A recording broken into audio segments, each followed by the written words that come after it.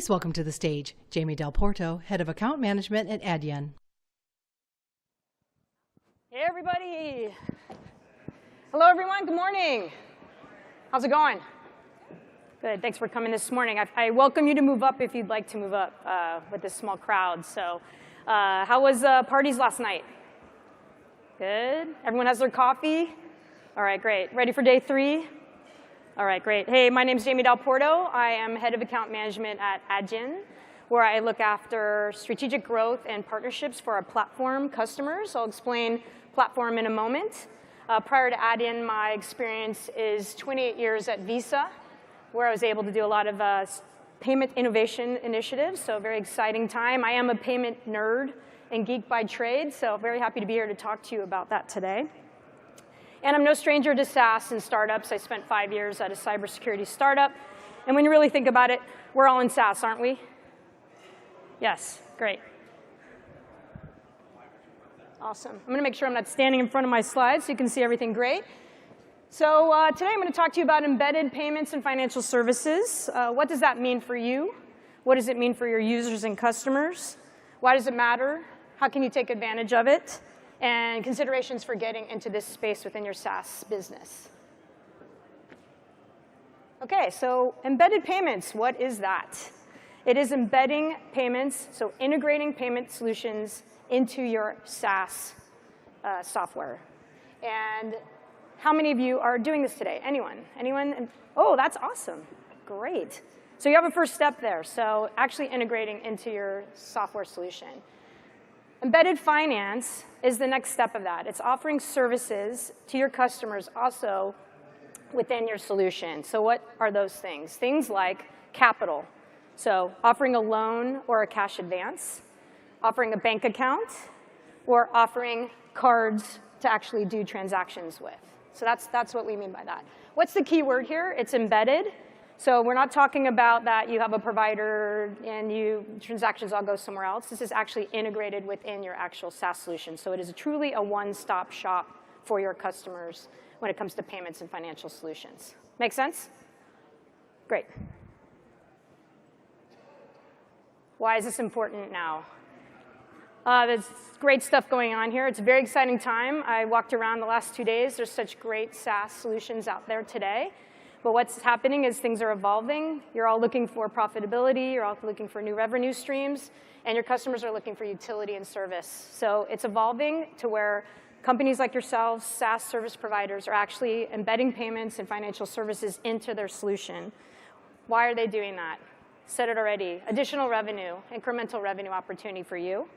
Utility and service for your customers, making it really sticky, giving them one-stop shop. And what we're seeing is the addition of payments is we're seeing these financial services solutions that I mentioned, so like the loans, the bank accounts, and so on and so forth. And some of our larger platforms have even said that they're making more money on payments and services than they are with the SaaS itself.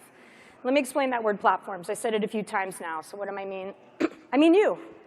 Companies that offer services and solutions to businesses. Make sense? Great.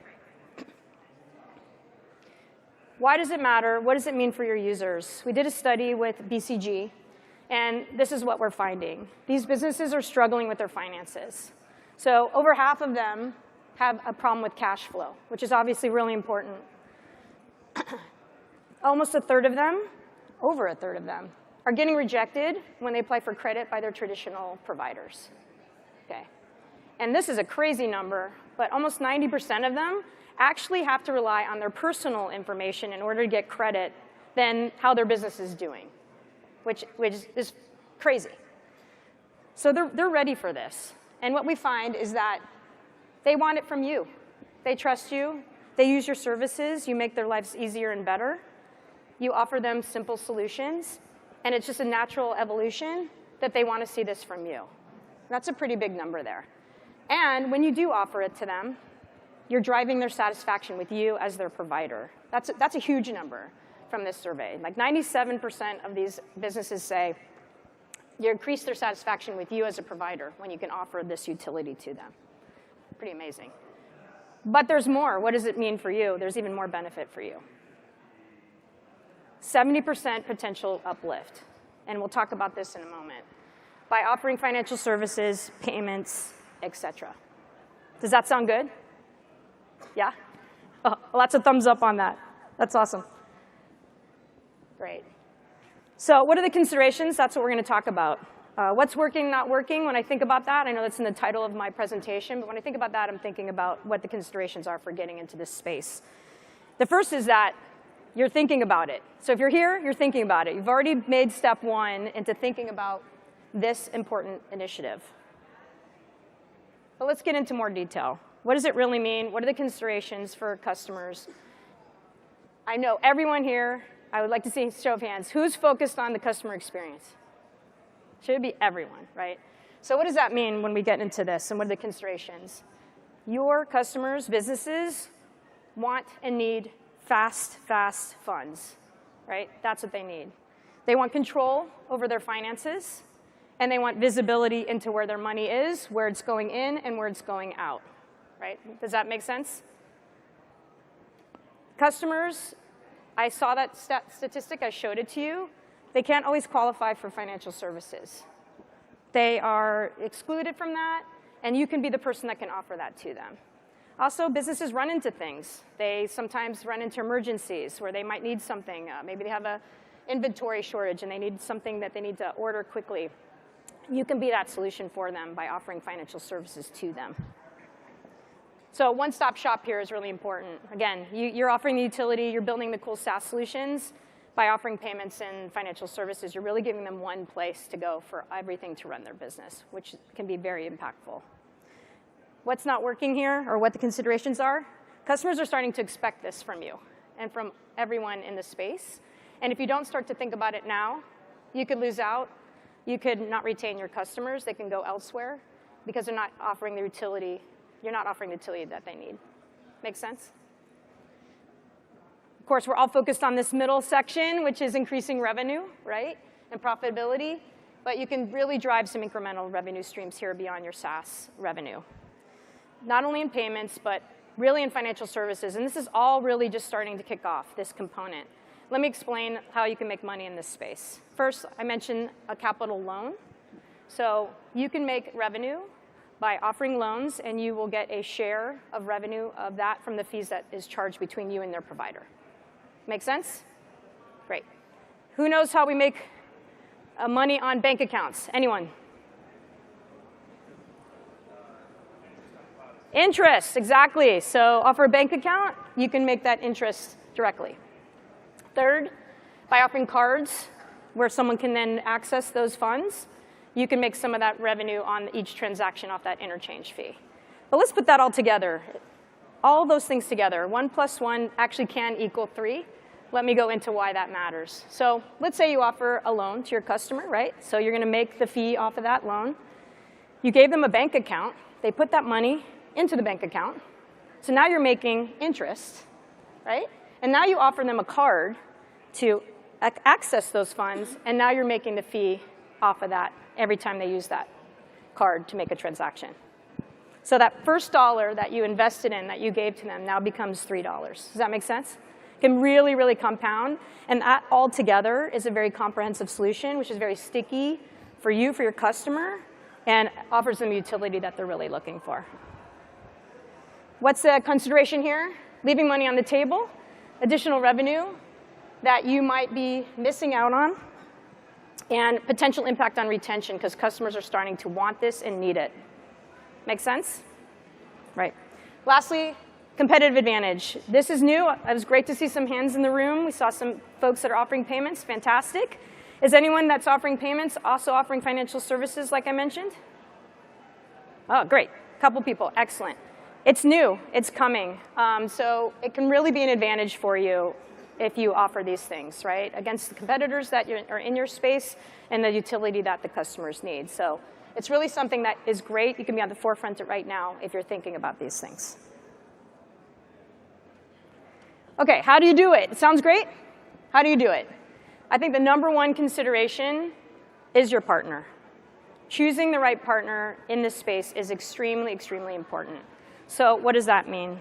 First, you're going to want to work with someone who's really experienced in payments, understands the industry, has a lot of experience, knows what they're doing, and is very established.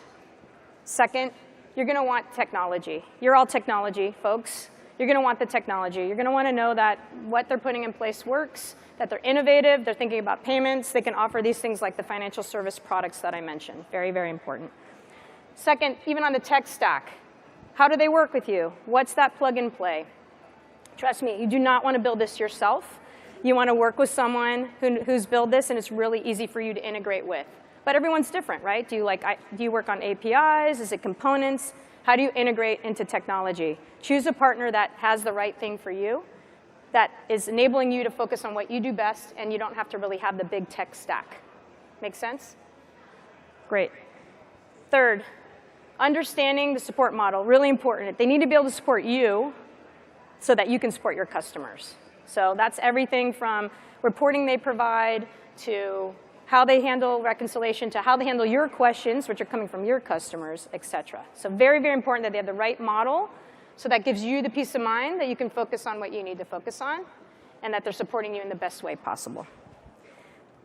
I'd say the one probably most important aspect of this is regulatory and compliance. So, right, this is a highly regulated space, payments, right? Payments, financial services, banking, et cetera. So you really want someone who knows how to do that, is on top of it, that you trust, because you don't want to deal with that, trust me. You do not want to deal with it. It's something that you want to make sure the person that you're working with really knows what they're doing in this space, has your back, and knows how to deal with all the compliance and regulatory things that come our way, right? And this is evolution, like every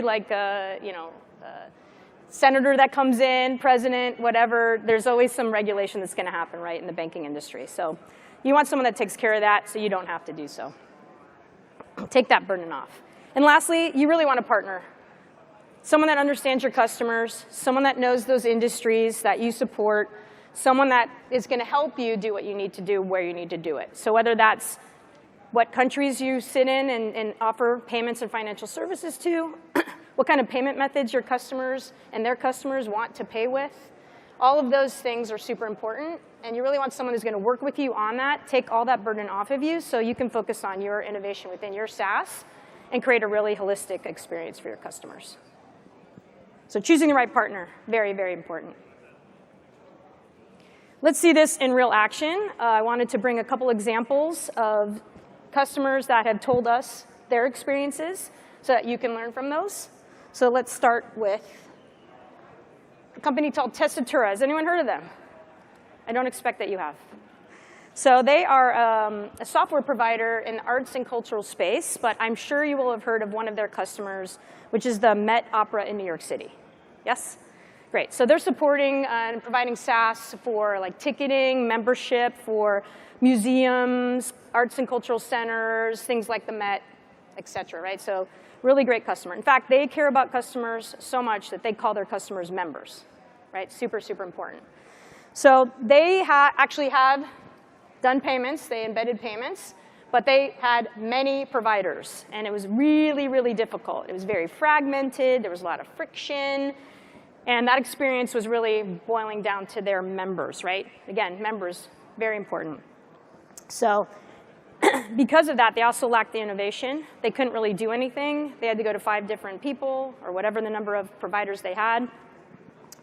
And the seamless experience was not there for their customers. So from a support perspective, from like just getting, they actually have physical locations, so getting point-of-sale terminals out to a location quickly. All these things were not seamless, which means they were not providing a great experience for their customers, right? And then on top of that, they wanted a robust solution with global payment solutions. So someone who can really meet their needs around payment methods, where they were providing payments, et cetera. And lastly, they want someone that's really going to take care of that regulatory and compliance with the security that they trust so they don't have to do that, all out of the box. So that's what they did. They chose a partner that offered them an out-of-the-box solution, which is really, really important. They did not want to build that infrastructure that I mentioned. Like I said, you don't either. So they picked someone that was really out of the box that could really give them that seamless perspective, and they consolidated their processing to that partner so that they didn't have to worry about all this fragmentation. As a result, they were able to streamline their payments from the reporting that they're looking at, with the support they're providing to their customers, reconciliation that comes with payments. All those things got streamlined because they chose the right person to do so. And this has allowed them to really focus on their innovation, right, with their members, which is a great story. Converse to that, EPOS Now, has anyone heard of them? Again, don't expect you to, right? And also because their customers, right, don't even know who their providers are. It's all embedded in their solution, right? But they're a provider in the POS space, and they do retail and food and beverage. And we're seeing a lot of embedded payments within that food and beverage space. It makes a lot of sense. So think restaurants, fast food places, things like this. So that's their customer base. They were looking to expand to multiple regions. So US, UK, Europe, Australia. Who here is also looking at those kind of markets? Probably all of you, right? Those are the big ones. So they were looking for, again, a provider that could really provide this service and actually more, give them even more utility later. So that was really important. But what was even more important was that customer experience I mentioned, right? These are restaurants, fast food places, et cetera, right?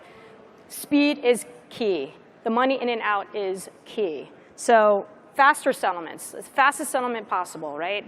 They do a transaction at a fast food place, they want the money quickly. So they needed someone that really could do that, really could offer the control and visibility on the finances that I mentioned, and they needed a simple solution, right? But all within a good customer experience. Who's all been to a fast food place? Do you want to stand there while you're waiting for your payment to go through? No, right? It needs to be fast, or you're probably not going to go there, right? It's fast food, for example. So they chose a partner that could really give them the utility in every market that they wanted to and more, which means they could expand even further when they were ready. And they actually, you can see this particular type of customer, really was hungry for these financial services that I mentioned, right? The loans, the cash advances, the bank accounts, the cards, right? All of these things. So they actually picked a partner that could do that. And what was most important about that is that their partner actually had their own banking license.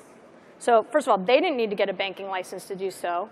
And they didn't want to rely on a partner that had someone behind them, right? So cut out the middleman, go directly with someone who had the banking licenses so that that direct offering was direct from them, their partner, to them, to their customer, which enabled them to really move quickly, offer these kinds of loans to their customers, right? Many of which are underserved and weren't going to get these kinds of things from a traditional bank, right? Or were denied credit, right? Makes sense. So really exciting. They've been able to do that, which also has made them really, a great partner for their customers, and they're going to really retain those folks going forward because there's a lot of trust. In case you're interested in more details of either of these, here's a QR code. I only popped this up for a minute, but you can come see me afterward. I can get you the QR codes to these stories. There's a lot more detail here in case you're interested, and there's other stories that are out there as well, similar to these. Again, these are all people that started with SaaS, just like you all, and have added these services and payment methods to be successful with their customers. So I think everyone got that. Cool. So what are the key takeaways? Space is evolving. You made the first step. You're here thinking about it. Really important, right? You can be at the forefront of this right now, both in payments and financial services. You can differentiate yourself from your competitors so you can offer more utility and service to your customers. You can see from that survey, they're ready. They're ready for this. And at some point, we believe it's going to be the norm, and they're going to demand it. So the sooner you can kind of think about it, work through it, and pick the right partner is key. And again, that partner is so important. Look for someone who's got the experience, understands the space. Again, regulatory compliance, so important. Takes that right off your plate, no burden. Has the latest technology, is innovative, and offers the things to your customers where you need them, right? And those conversations are very important with whoever you choose. So I encourage all of you to look into this. Obviously, you've made the first step. So continue to check it out. I think it's the perfect time. I thank you for your time, and I'll be available for questions afterward. Thank you so much.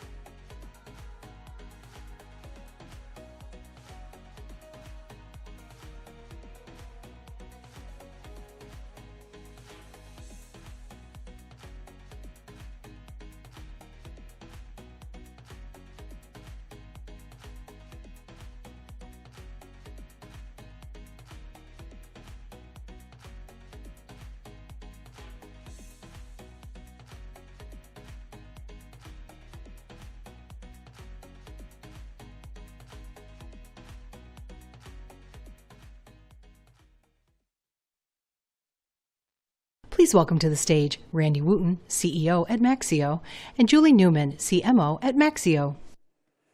Hello, everybody. Day 3 of SaaStr, and you all are here. Thank you. Super excited to be here with you guys. We're going to be talking about the latest Maxio Institute Growth Report. QR code, obligatory QR code is here. We also will be passing some out, and we'll have them at our booth if you want it afterwards. I'm Randy, CEO. I came here last year, and I'll talk a little bit about it. Since then, we've had Julie Newman join us as our CMO. I'm really excited to have her here. Together, we're going to walk through the slides and some of the insights we're seeing. But first, let me set the context. Last year, I talked about a growth report. A growth report is based on anonymous data, about 2,000 customers. We aggregate up. We split into lots of different segments and parse the data. And what we saw was that in Q1 of 2023, there's a significant drop-off across our 2,000 customers to 14%. We came here on Q2 and said, hey, it's come up to 16%. Is this the sign of the recovery? The answer is maybe. What we're seeing broadly in the VC market is there's been a real downturn in terms of total number of deals being done in the VC market. And SaaS, as you know, is funded VC, PE, mostly rather than just bootstrap. Where you are seeing the average size of deals increasing. So VC companies are being more picky about who they're investing in, but it's starting to come back. So when we look at that and fast forward to 2024 and see what the average growth rate is through Q2, what we're seeing is it's bumped up and sort of in that 17% today. It was 19% in Q1 of last year. So I think what we're seeing is it's normalized. We're going back to the mean. Now, this is great news compared to the S&P 500, which on average over the last 5 years was 6.5% growth. This year, they're expecting it to be 5.5% growth. Ray Reich has done an analysis of the Cloud 150. They're growing at about 12%. So B2B SaaS is still doing better more broadly. It's a great space to be. It's just not the heady days of the 30% that we saw back in 2022. So with that, let's break it up a little bit. So Julie, can you talk us through a couple of different dimensions that we looked at and the impact of the company? Yeah, so I think that one thing that we've seen over the past couple years is that growth has not been equal based on size of the company. So one area that we've really seen some acceleration is in sub $1 million companies. So these smaller, agile companies that are coming into the market right now, as Randy had shared with the investment in VC, these new companies that are coming up and really starting to hit their stride now, some of the stronger ones, this is very similar trends to what we saw in 2008. Coming out of tougher economic times. The people that are coming now are looking like strong survivors that are really getting up and running quickly. Yeah, just one data point for that. So we look closely at all of our customers and break it out by segments. When we look at our smallest customer base, our number one churn reason over the last 12 to 18 months has been declining or going out of business. So a bunch of small companies have been running out of the money. The VCs haven't been investing more, and they're flaming out. What Julie's talking about is, hey, there's a whole new round of investment happening. We'll talk a little bit where we're seeing that growth primarily, but the good news is, like Julie mentioned, in 2008, coming out of the recession, you saw a whole growth, Cambrian explosion. We think coming out of this last B2B SaaS recession, there's another wave of investment and growth happening, and agility and speed are the keys to success. And we're particularly seeing this based on industry. So I think if you look at this graph, some interesting things that we're seeing.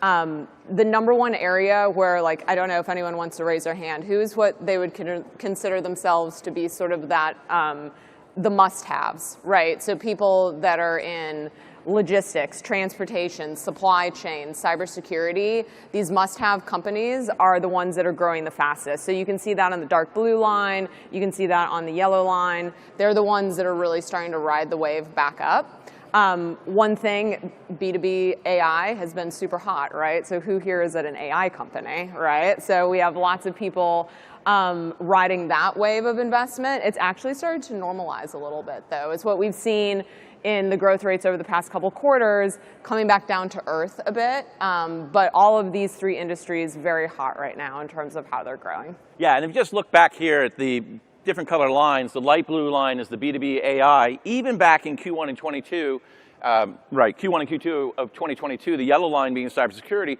Cybersecurity was kicking AI's rear. So infrastructure must-haves, companies saying, hey, we need to create secure applications, we need the infrastructure to support future growth. Those companies, the ones you might say, hey, those aren't the sexiest in the world, they're the ones enjoying growth because people are retrenching and saying, I got to invest in the infrastructure for the future. Okay. So to me, some of the most interesting trends we saw was around pricing models. So this is particularly, you'll see we split this into 2 slides. If you guys get the full growth report that we have, this really breaks it down into a bunch of cohorts based on ARR that I think is really fascinating.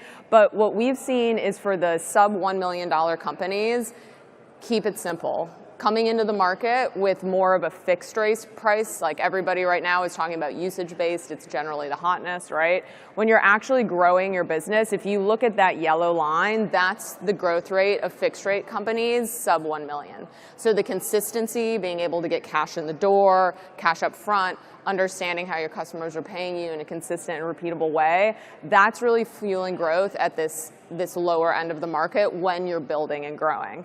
And if you want to go ahead? I would just say, which is really surprising, right? I often think that we think about early stage companies, the go-to-market motion, sales-led versus product-led. Early stage companies often have usage-based pricing as the model associated with their PLG offering. There are PLG companies that have fixed rate subscription, but when you look at this and say, gosh, the early stage companies are benefiting from the fixed contract model, PLG versus SLG, it makes sense. Why? They're getting cash, right? They're getting paid. They don't have that volatility going on when you're only a usage-based model. So getting out of the gate, as Julie said, with that core platform fee can really make a difference for your long-term growth. However, when we hit the inflection point, what do we see? So this is one particularly, dig into the report on this because there's some great graphs. But when you start to hit that product market fit, so this is showing particularly 1 million and above in revenue, but we really see this accelerate at the 10 million and above point. You start to see that blue line, the usage-based companies, they're growing faster. So once you start to layer in that usage-based price, you have product market fit, you understand how users are using your product, you understand what they need, how you can monetize better. That's really when to start leaning into usage-based pricing to have that be an accelerant to growth. And I think the dirty little secret is it's not usage versus fixed. Right. The future is hybrid. You're going to have both. Yeah. Right? Half of our customers are usage-based, half of our customers are subscription, platform-based, primarily right now. The usage-based customers, there's a lot of volatility. In the good days, you love it, right? Because usage goes up, your NRR goes up, you're like, oh, this is the greatest thing in the world. When you have contraction or any sort of compression, usage drops, and it turns into really interesting board conversations like, what's going on with your business? So what I would say and recommend is as you look at the different pricing models, as you think about what are you trying to monetize, the value that you're trying to deliver to your customers, is it some combination? Is it a platform plus a usage fee? Right? How do you secure them and then also demonstrate value over time as they grow and be able to take benefit from that as well as a company? So with that, let's roll into the key insights. Number one, if you're an early stage company, it's a bright forecast. The clouds are over, right? But it's about agility, speed, product market fit, ensuring you're aligned with VCs who are believing in where you're going. Number two, AI is grabbing the headlines, and we're writing a lot about this. We have more than 100 AI companies in our customer base. I've interviewed a bunch of them trying to find out what's going on. There really are 3 different types of AI companies. I write about this on LinkedIn. We can chat more. But getting clear about what you think is AI for your company and how you're going to monetize that is really important as part of your business model. Number 3, as we talked about, fixed rate pricing still seems to be the best model to start with. So you all early stage folks out there, if you're just totally depending on usage, you might want to think about, hey, how do I adjust my pricing model, get a little bit more predictability, cash flow coming in, and then finally this idea of expanding into usage-based once you have the foundation in place so you can figure out how to monetize new offerings. We call that the monetization ecosystem or the monetization strategy. How are you thinking about the offer that you're putting in the market? How are you then getting clients on board? How are you analyzing the data to better inform your go-to-market strategy going forward? And I think, Randy, especially to your point earlier about hybrid, thinking about how you combine those models as you grow. So figuring out the right fit, especially as you're hitting that 10 million ARR product market fit point, really starting to get clever in how you're mixing your usage and your fixed rate pricing. And it's a more complex model, but I think that's where you really have the levers for growth. And that's where we see a lot of people really able to accelerate. Yeah, and so my last 8 seconds, that's the advertisement for Maxio, right? What do? We do billing and invoicing, rev rec and reporting. If you're taking on usage, it's super complicated, hard to get it right. You can get the benchmark report here. We're at booth number 206. Who knows how you can tell where the booth number is? Find the Maxio knot, and we'll give you the report. Right, we'll talk about what you're doing in terms of your go-to-market motion, your pricing motion, and be delighted to chat about if we could work together. Thank you all. Have a great SaaStr.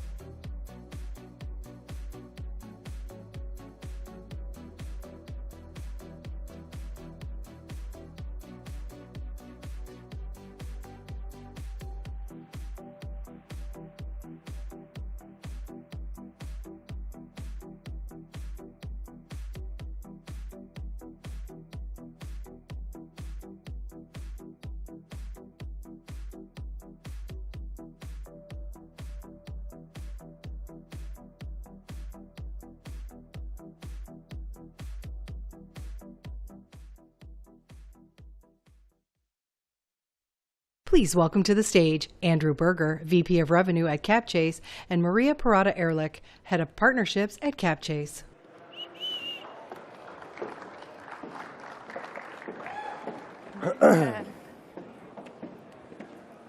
All righty. Hey, everybody. Good morning. Oops, let me back up. I probably should do some intros. Good morning. Thanks for joining us here. My name is Andrew Berger, the VP of Revenue at CapChase. CapChase is a fintech company focused and dedicated of empowering SaaS companies to grow as fast as possible. Our Grow product has enabled $2.5 billion of capital funding, and while our Collect and Pay products enable companies to increase their revenue, close deals faster, and improve the cash collections process. Hi, everybody. My name is Maria Pereda, and I lead partnerships at CapChase. And over the past few years, working with thousands of SaaS businesses, we've gained some really good insights into what drives SaaS success. So over the next few minutes, we're going to be talking about what are some of the largest pain points that we see SaaS business experience today, and some of the strategies that you can implement to maximize your top line. Yeah, and just a little bit about us. We've been in business for about 5 years, since 2020. We've worked with 5,000 customers across North America and Europe. So we got some reach, and we're here to provide some insights for y'all. So what is stopping you from maximizing your revenue today? I'm going to be very brief here. We probably have all seen this. Maria's going to dive into the details and the stats.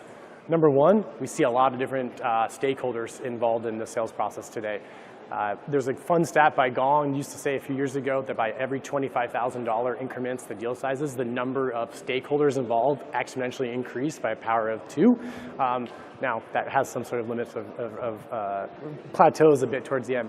The second thing is we're seeing a lot of discounts. And Maria's going to talk about like discounting strategies, ACV upfront versus monthly payments. And the third point here is that there's a lot of overdue invoices. Now, revenue leakage is probably a huge issue for a lot of companies. Maria's going to dive into those stats in a few minutes. And the last thing which we're going to touch on in the end is retention, retention, retention. It's so hard to bring on a new logo, and the market's getting even harder to renew these customers that you spend all this time and effort bringing on board. Great, so let's talk about what are the 4 things that we're seeing SaaS businesses are doing that are really helping them maximize revenue in today's market. And the very first one is offering flexible payment terms. Something that we've seen a lot in this market, and this is probably no surprise to you, is that buyers have a lot tighter budgets. And this is driven by a tighter fundraising environment, driven by higher interest rates. So it's becoming a lot harder for buyers to convince their finance teams to buy any piece of software. This is creating two main big shocks for SaaS businesses. One is sales cycles are lengthening. We're seeing an increase of 50% of sales cycles becoming longer and longer because it's just taking a lot more time for buyers to really convince their teams to buy pieces of software. And as a consequence, we see a lot of vendors discounting their software. They're discounting their software up to 20% to get the buyer to commit faster and also to be able to close at all, because a lot of them, they're not even closing any business, right? So what are the things that you can do to counteract this, right? And one of the things is now is the time more than ever to lean into product marketing. Make sure that you're really focusing on and you're selling based on the value that you're delivering. And think about, okay, how are you pricing your product? Are you pricing it based on value? Are you pricing it just based on just closing the deal based on your competition? And understand what are the objections from your buyers. Is the objection based on value? Is it based on price? Or is it based on pricing terms? What we've seen that a lot of SaaS businesses are not realizing is that a lot of the objections are due to pricing terms.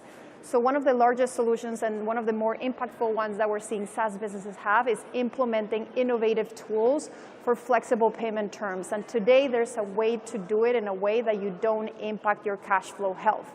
So buyers today are actually able to buy enterprise software as seamlessly as you would buy a consumer good, right? So in a way where vendors are able to collect annual upfront, which is great for your cash flow health, and buyers are able to pay in flexible payment terms where everybody wins. This allows you to close the deal and actually sell more expensive deals because they're able to pay flexibly over time with no impact to your cash. We had one customer, a 160 million ARR business that was suffering from longer sales cycles and lower conversion rates. And they implemented flexible payment terms, and they saw in just a few months a 50% increase in conversion rates and $2.5 million in pipeline being added, which tells us, okay, it never was about value. It never was because there was no need for your solution. It simply was because it was the pricing terms. Awesome. So if I asked you all to raise your hand, who has asked you to cut spend and do more, I bet everybody has raised their hand in the past 3 or 4 years, right? So let's focus on our favorite topic about GTM efficiency. So a couple graphs here for you all to look at is that gone are the days, growth at all costs, and what we're really seeing is that the dollar today is not stretching as much as it used to. So a couple years ago, our CAC to LTV was over 5. Now we're starting to see the past 2 years like 2.8. And this is from a rather statistically relevant analysis from some of our partners. And what does that actually mean? It means that the more money we're spending now is we're getting less in return. So growth at all costs, we all probably have heard that term, and we're kind of moved from that era. And how do we have like pragmatic growth? And how do we focus the company, maybe the board, maybe the exec team, on one key metric that we can all rally the company behind? And that metric is ARR by FTE. So if we think about maximizing the revenue moving forward, how do we actually leverage internally, get the company rallied behind these type of efforts? So we're going to dive into some of these recommendations here. So number one, we can kind of back up out of the way. If we think about efficient customer acquisition costs, think about the segmentation, the markets, the customers you want to go after. Everyone can talk about, oh, we want to reduce our cost and acquire more customers, but actually, how are you going to do that? By analyzing your existing customer base, understanding what matters to them, leveraging that analysis for net new logos. Number two is an interesting one, is some companies sometimes find themselves in this like doom loop where we're going to cut GTM spend, we're going to cut GTM headcount, but you have to hit a bigger target. So how do you actually infuse non-dilutive capital, basically, into the business to focus on getting out of that doom loop, because you cannot cut your way to growth. You just, pure and simple, cannot do that. Third is incorporate some tools. Like we're at SaaStr, it's fantastic. There's a lot of great vendors back there. I've been super impressed by some workflows incorporating ChatGPT to Gong data, to Edgar's and SEC to file in all the SEC filings. All of a sudden, instead of 20 hours of research that a rep on my team has to do, instantaneously to get the insights and data to actually have a proper value-added business conversation. These tools did not really exist in the market for production value like they did 10 years ago, or from 10 years ago. And the last thing is, what I like to talk about is, in SaaS, it's amazing. Like, anyone around the world can buy our tools. There's different mechanics, buying behaviors from different markets, and different markets require different price points. I've been, unfortunately, in my past lives, pretty hard and fast on price points. Like, this is the price in the US, this is the price in LATAM, this is the price in India. People buy differently. Don't let price be the barrier. Go capture market share, adjust your mechanics, learn from your customers if you want to actually grow yourself out of this kind of held belief that we can still grow our business, which we can right now. All right. So let's talk about minimizing revenue leakage. One of the biggest low-hanging fruit that we see today to reduce revenue leakage is to actually have better management of invoice collections. We're seeing some big impacts in the SaaS businesses that we work with. We see a 30% increase in days sales outstanding. This means that it's taking you a lot longer to collect from your buyers. And this is going to tie up your cash. It's going to create some working capital issues. And it's going to limit you how fast you can really reinvest that capital into the business. We see cash conversion cycles also increasing, which means it's taking you longer to turn from investment into cash. And that is forcing a lot of these SaaS businesses to bridge that gap with alternative financing or by cutting down growth and marketing investments, which is really not ideal for your top line either, right? So what are some of our best SaaS businesses doing to counteract this? And quick answer is, there's a lot of innovation and a lot of new solutions out there that can help you automate your invoice collections and streamline the whole process. And look for solutions that leverage AI and data analytics to make sure that you're automating your collections and you're streamlining the whole process. These solutions are able to integrate with your CRM and with your financial software to have a centralized view of all of your data and allow you to have real-time view into your cash flow health, which is really great. And this allows you to essentially have your finance team focus on more strategic initiatives and less so chasing payments, reminding customers, and making sure that you're having a healthy cash flow picture in the business. All righty. Well, take us home on customer retention. Who does not want to retain more customers and get more value out of your customers? Let's set the stage a little bit. We're seeing monthly churn increase 3x from 2 years ago, 1.1% to 3.4%. All the weights and the headwinds to actually bring a new logo on board, now your renewals team, post-sales teams, customer account teams are facing the same type of dynamics with elongated sales cycles by 10%. So you face headwinds to bring on a new customer, more customers are churning, and it's taking longer to renew them. How the heck are we going to fix that? So let's talk about a couple of key things. I'm a firm believer that you earn the right to renew a customer at the point of activation. Our friends at Winning by Design and the fancy bow tie model talk about the moments that matter, right? The moments that matter is as soon as you close one deal, how's that handoff process and the moments that matter and the delightful process that you engage that account through their duration. Gone are the days to set a reminder in your CRM of T-minus 90 days, send out a ping for the automated renewal. Like, who wants that? The market has a ton of vendors. It's how you show up and how you engage your existing customers. The second thing is, are we obsessing over our existing customers? Do we have an exec alignment strategy? I worked at a previous organization that had an OKR of 40 executive calls from the CEO to every single customer a quarter. Top to bottom, high ACV, low ACV, everything in the middle. That should be the focal point of investing your time in your customers. The last slide here, I know we're kind of short on time. We'll wrap things up in a second. Number one piece of recommendation, look at your stagnant deals, look at your closed-loss deals, potentially look at an alternative financing solution to meet buyers how they want to pay for your product. Number two, nobody wants to be chased like a debt collector. Use tooling, subscription billing, all the automation to handle the back office work. Number three, bring on some awesome tools. You can go find a bunch over there to engage your sales team to help you prospect and close more deals. Make sure you understand the ROI and what you're getting out of. Nobody wants to buy a bunch of product and not use it. And the last thing is, NPS is a fantastic point in time, but what's your engagement strategy? If you focus on the leading indicators to your customer, you'll start to see your NRR and really your GRR increase. Your GRR is that North Star metric. Are we renewing our customers? And eventually NRR will flow from that. That's all we got today. If you want to learn a little bit more about CapChase, come to booth SG201, and thank you all for your time. Thank you.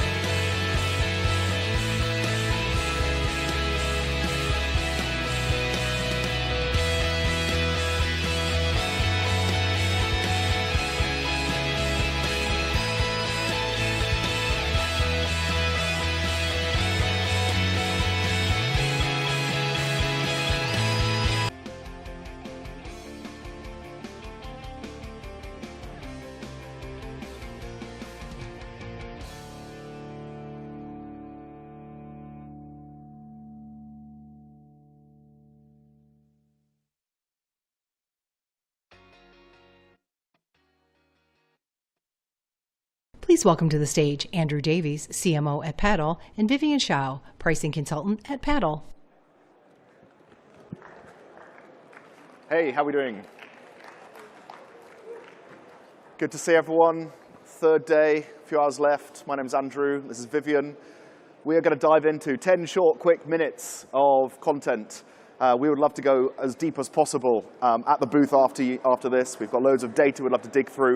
We're going to talk about some of the current benchmarks on growth in the industry and how pricing can accelerate that. So I'll do a bit of hand waving up front, and then Vivian will dive into some data-backed advice. Okay, cool. Yeah. So what's going on in the current market? Paddle sees behind about 36 billion of ARR for our metrics product. So we see a really interesting portion of the SaaS market. For context, we deal with international payments, tax compliance for about 4,000 software companies, but we also have about 20,000 that use our free product. And this is how we get this huge data set that we're able to look through. So across the last few years, we can see the macro happen in real time through our data. We can segment this in lots of different ways. We publish it on our website every month if you want to dive into detail. And you can see here over the last few years a few things that happened. And there's definitely a virus we're not allowed to name, otherwise it hits our YouTube rankings. That's what we were told. You get blocked. Anyway, so what's going on? Well, right now, growth has stabilized. So if we flick to the next slide, you can see very clearly that there's an impact on these interest rates and then our growth rates. You know, we've talked about this lots. We don't want to labor the point, but in our data, you can see when the rates dropped, very significant growth happened, and then when the rates rose, growth stabilized. And if we pop to the next slide, what we mean here, and we're imposing here 2024 on 2022, you can see that growth is lower, but it's more stable. So there's wins and there's losses. There's good things and there's bad things. We're definitely growing slower than we saw before, but it's more stable. So in this context, what can we do about it? Well, we've only got a few short minutes here today, and we'd love to dive into any of these topics you want to discuss. There's big and scary topics like, where do you sit with your narrative and your story? How does that sit within an ever more competitive market? Your ideal customer, how narrow can you get to go and win those next few? AI and the impact it has. Or we could get really specific. We could dive into pricing mechanics. We could think about localization, something that we deeply care about as we help thousands of software companies localize around the world. We could dive into specific tactics to inflect your NRR upwards. But for the next few minutes, what we're going to do instead is deal with pricing, because it's one of those things that's big and complicated. And with us today, we've got someone from our Price Intelligently team that are a team of consultants who have helped companies like ADP, companies like Intercom, companies like Adobe. And they've seen behind more pricing studies than anyone else in the SaaS market. Now, we've got loads of data we could show, but given time, we'll do that at our booth afterwards. If you want a live pricing page teardown of your pricing, we'd love to do that too. We'll put Vivian on the spot. But for now, why don't Vivian, you give us just a few key top-level recommendations? Yes, thank you, Andrew. So the first piece I'm going to talk about today is working on expansion revenue. As many of you know, it's much easier to grow your existing customer base than it is to grow a new customer in a low-growth environment. So there are two ways to do this. The first is through price increases. And while this may be something that is pretty intuitive to most folks, what we believe in is value-based pricing. And so what that looks like is going out to the market, going out to prospects and your current customers to understand what people are actually willing to pay for your product. Of course, the competitive landscape is really important in this, so making sure to layer in a competitive element so that you're pricing in line with what the market expects to pay is going to be important there as well. The second piece, however, I'm going to focus on a little bit more here, and this is creating good feature differentiation to promote upgrades and upsell opportunities. And so by understanding what functionalities to your product your customers consider to be core, value-driving, or more niche, and layering that on top of features that people are willing to pay more for, you're able to create thoughtful differentiators between your packages that are tailored towards different ICPs or different stages of your customers. The next piece I'll talk about is revisiting your pricing structure and your value metrics. So what is a value metric? So this is essentially the metric that you're charging your customers by for using your product. And a good example of this is users or seats. So this is pretty much what every SaaS defaults to early on. The reason being is that it's easy to understand and it's very familiar to the market. However, in our experience, it's not necessarily the best lever of monetizing your product, especially when you're starting to think about apps or websites that focus on automation or process improvements, in theory, the better your product works, the less users you'll eventually need. And so what we look to do here is implement some level of usage-based pricing that grows with your product. A strong value metric has three things. The first is that it's simple to understand. Your customers should be pretty easily able to figure out which package is best suited for them, and you should be able to easily measure and implement that growth. The next is that it's aligned to the value that your customer gets out of your product. And lastly, it should grow and scale with both the size of the companies that work with you and the usage that they're getting out of your tool. And the last piece I'm going to talk about here is localization. As Andrew mentioned, growth has slowed in a lot of regions, including here in the US.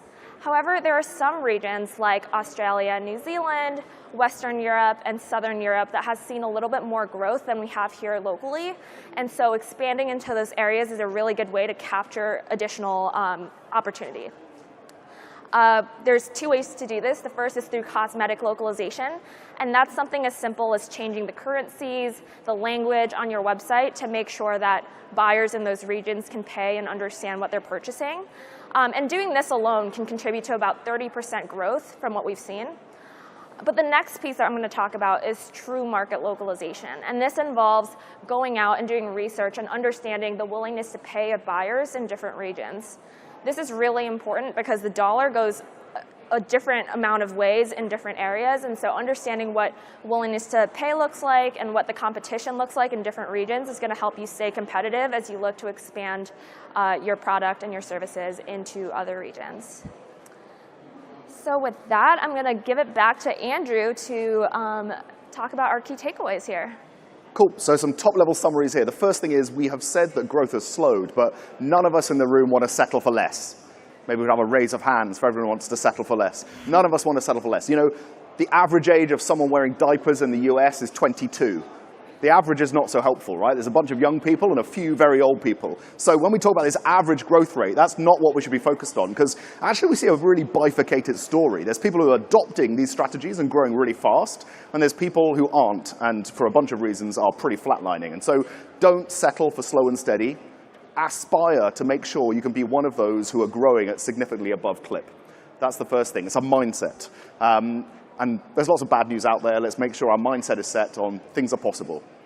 Second one, build this pricing muscle now. We see in our data that if you just simply make pricing experiments, pricing changes, then you outperform on a revenue and a growth perspective than if you don't at all. So actually our data shows if you change your prices once every 3 months, you'll outperform a company that doesn't change their prices over a 3-year period by 103% of your average revenue per user or your average revenue per account. So it's not even whether it's a good price change. It's just something you're doing to build the muscle. So set a meeting in your diary to discuss how you can challenge yourself to change pricing. Build that pricing muscle now. And then finally, chase international growth. Vivian's spoken about this. We see areas around the world which are still seeing solid growth. And you'll have heard many talks across SaaStr this year, last year, about sales-led and product-led, about blending these models. And one of the beauties about a product-led model is it's born global. You can serve the entire world very, very quickly from that product-led motion.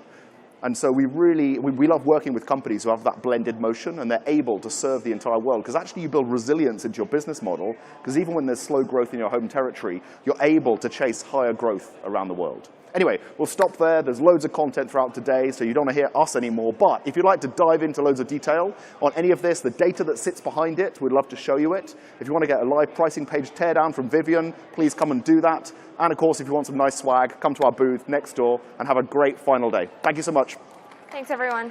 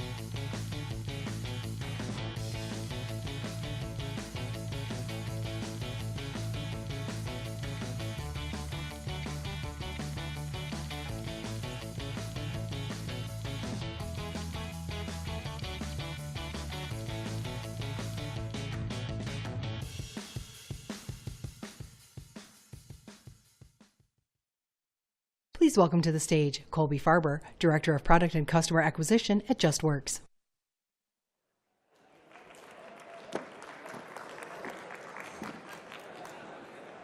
Hello, everyone. I am Colby Farber. I'm excited to be here with you today.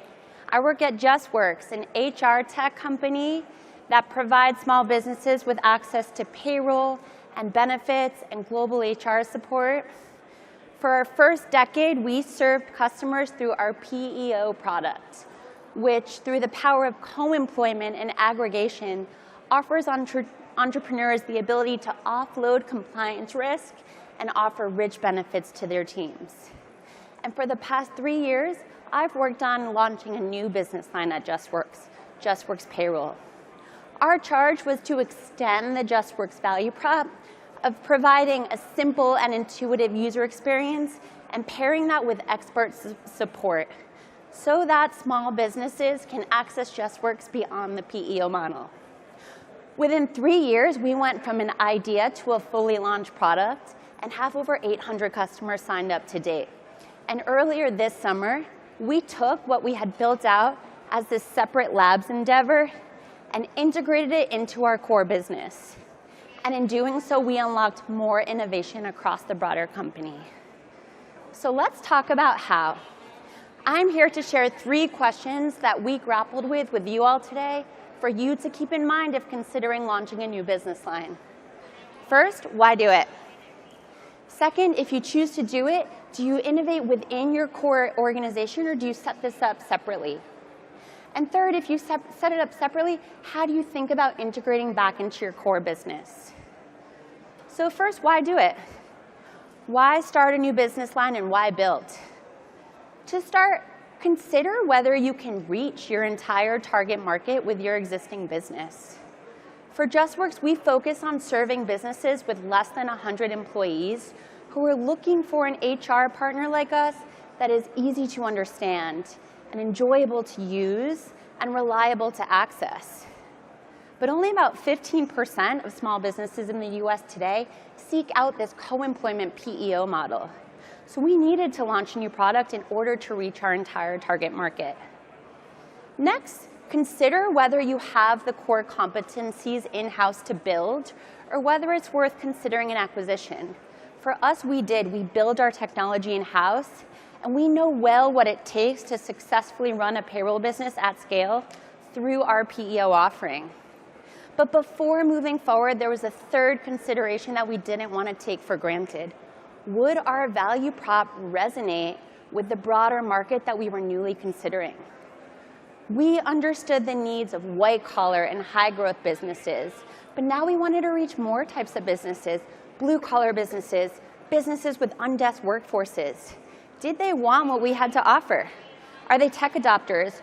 Do they value this around-the-clock, we-got-your-back type of support at both the end employer and employee level that JustWorks is known for? Next, we had to think about not only did they want what we had to offer, but could we extend our value prop under our economics of our new payroll business line? Or would we have to twist the customer experience to such an extent and dilute why small businesses love us in a way that it would no longer complement our brand? Only by first validating that, yes, small businesses were hungry for a payroll partner like JustWorks, and yes, we could extend our existing value prop under the new payroll business line's economics, were we ready to move forward and consider our second question. How do we go about this? Why build it out separately versus innovating within our core organization? To start, consider how you empathize with your current target customer. Now, how would you go about doing so for a new target customer who you don't currently serve? For us, we needed to set out on this learning journey to not just understand the mindsets of our new target customer, but really empathize with them. What does it feel like to run a small business living with this insecurity about whether you're able to take care of your teams appropriately? Or wondering whether you're correctly navigating the ever-changing employment regulations where your business operates? This is a stress I'm sure many of you are familiar with. I can see some sweat beads forming. But this was not a mindset that we had with JustWorks' existing customer base, because our PEO offering offloads the stress for entrepreneurs. So we needed to look elsewhere. As we built out our new payroll business, it was paramount that we could similarly offer this peace of mind to our customers. But in order to do so, we needed to deeply internalize this anxiety that small business entrepreneurs face. So we set up our own small business.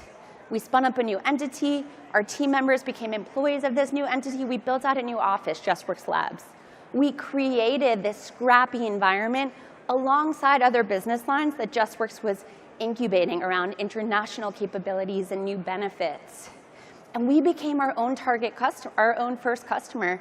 We dog-fooded so that we can catalyze this empathy that was so important to us before we had other customers to learn from.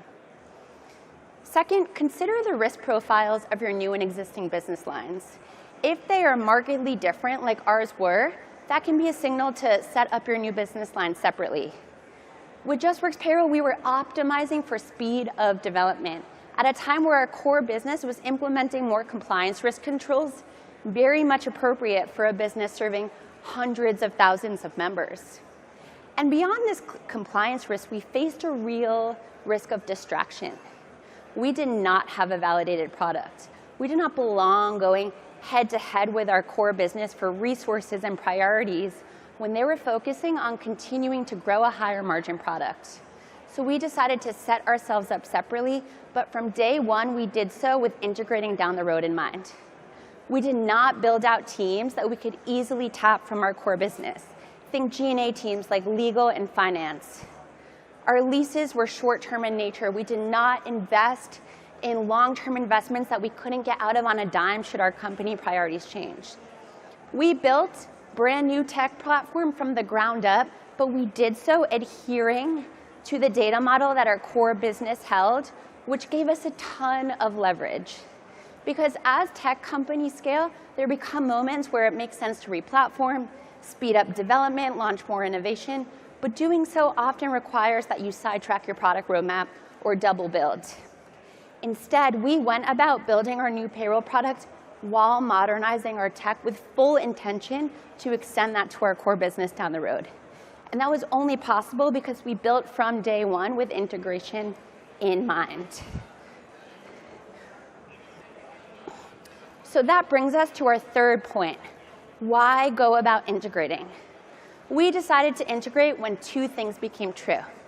One, when proximity to our core business would accelerate growth of our new business line. And then two, when our new business line had developed capabilities that would benefit the broader company. Okay, we had a few considerations here. One, our risk palettes were starting to converge. As we brought on more customers, our risk appetite dropped. Meanwhile, our core business had looked to us for lessons learned about how to responsibly take on more innovation risk. And so they were looking to move faster at a time when we were looking to slow down. And so our risk palette started to converge. Two, our window for optionality with how we scaled the teams was closing. Bringing on more customers necessitated that we would start to build out larger CS and operational teams. And so our decision became either merge now or lay this inflexible duplicate foundation of hiring a redundant team. From a tech perspective, the sooner we integrated, the sooner the core business can benefit from our modernized tech stack without sidetracking their roadmap. From a go-to-market perspective, our sales and marketing teams were ready for a new tool in their toolkit. Our value prop was the same. Small businesses just now had more options with how we could fulfill it. And so our sales teams had more ways to win, conversion goes up, our sales reps can now close more deals, and so they were embracing this new product. And then finally, from a culture perspective, while we very much built out our new business following the values and culture of our broader business line, we had also developed new practices along the way that our core company was taking note of and looking to benefit from. We centered our team around delivering tangible progress on a weekly basis. And we did so by emphasizing urgency and visibility. One way we did so was with weekly demos across the whole org, where the only rule was you cannot demo finished product. Prioritize progress over polish. We have since brought this practice among others into our wider organization, and we now have weekly demos with hundreds of team members where everyone is showing off work done that very week. And we've expanded the spirit of showing movement over perfection. We've unlocked a lot of the innovative spirit that was in our broader core organization through new practices that we were able to build up with our business line. So that brings us to where we are today. As you think about whether to launch your own business, as a recap, here are three questions to keep in mind. First, why do it? Can you reach your target market? Do you have the core competencies in-house to build? Second, how do you do it? Are your risk profiles of your new and existing business markedly different? If so, you may want to build separately. And third, how do you think about whether to integrate? When does proximity to your core business accelerate growth of your new innovation? And how can practices you've cultivated in your new business benefit the broader company overall? We would love to chat more with you. Come find us at our booth. Thank you.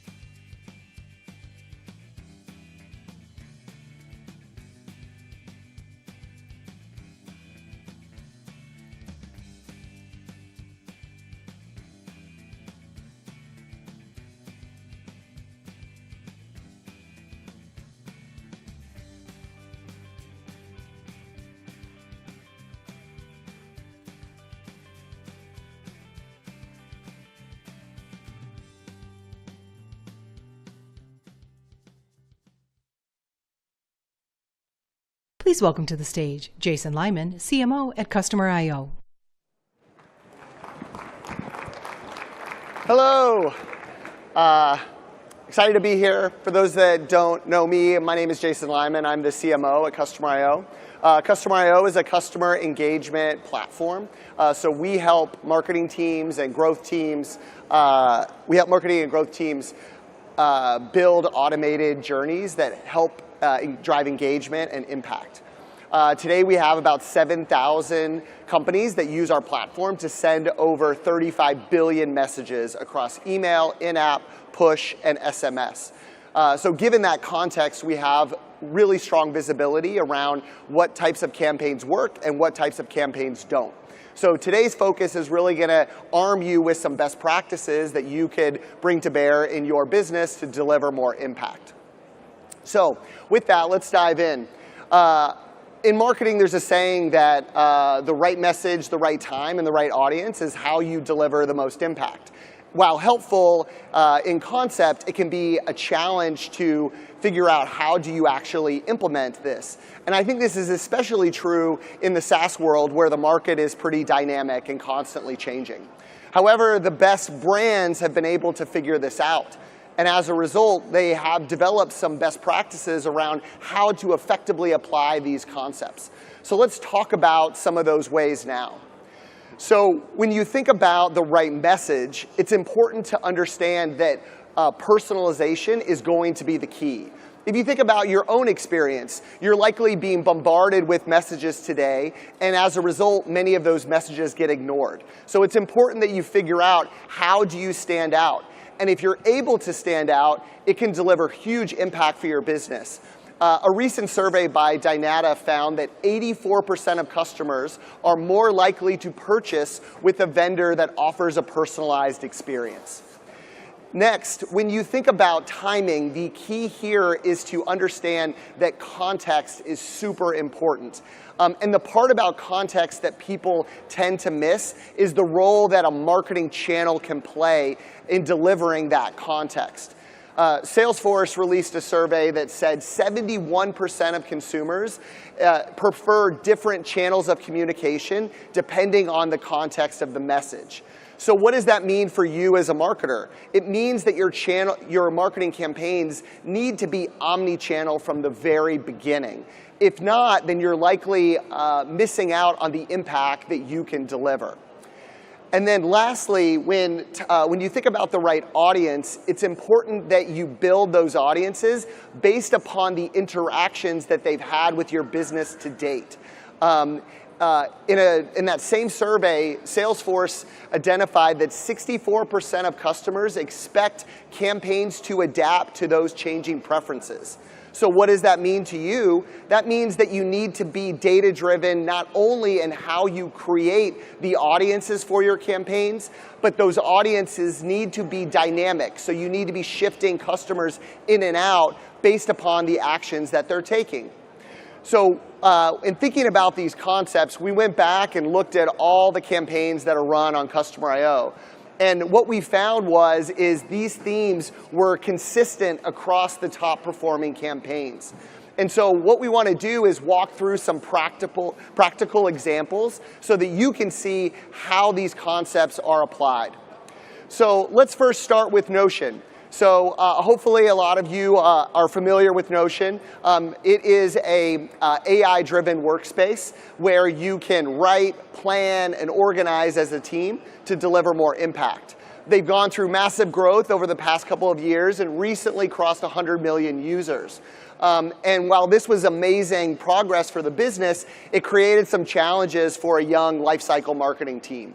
And so they were really focused around driving product activation of all of these new users that were coming onto the platform. So they became really opinionated around what are the most important features that we need to be promoting and how can we deliver a personalized experience to drive more activation. The campaigns that they built generated open rates of between 49 and 51% and click-through rates of 1 to 1.5%. And the way they were able to do that was by applying these concepts of personalization, being multi-channel, and being adaptable. So when they thought about personalization, for them it was key to build campaigns that align to the unique user persona. And so that way they were able to customize the copy, the examples, and the value prop to make sure that it aligned with what they cared about. And then they were able to look at the success of those campaigns by geography, and then they quickly localized those campaigns to become even more impactful. Notion did an amazing job of moving from a single channel to an omni-channel approach, using both email and in-app to drive impact. And lastly, they made sure that these campaigns were adaptable because they only triggered the campaign once you started using the feature. A lot of times companies want to talk about their new features, so they just blast it out broadly to the base of users. Versus Notion made sure that those communications were aligned with how they were actually using the product. And as a result, they were able to generate millions of dollars of incremental revenue by driving new users onto the platform and pushing them into higher priced plans. Next, I want to talk about Les Mills. For those of you who don't know Les Mills, they're a global leader in group fitness. So they manage a portfolio of digital and in-person experiences. As you might suspect, their business is very seasonal. And so they tend to see a lot of churn that happens in the early part of the year. And so the team wanted to be proactive in getting ahead of that. And so they built very targeted churn mitigation campaigns that were targeted at inactive users. And as a result of these efforts, they were able to convert 8,000 accounts that were predicted to churn through their efforts. And this represented over 53% of the audience of this campaign. And for those customers that did renew, 80% of those customers renewed into an annual plan. And that's really important because it gave them a lot more time to build value with them and make sure they were a customer for the long term.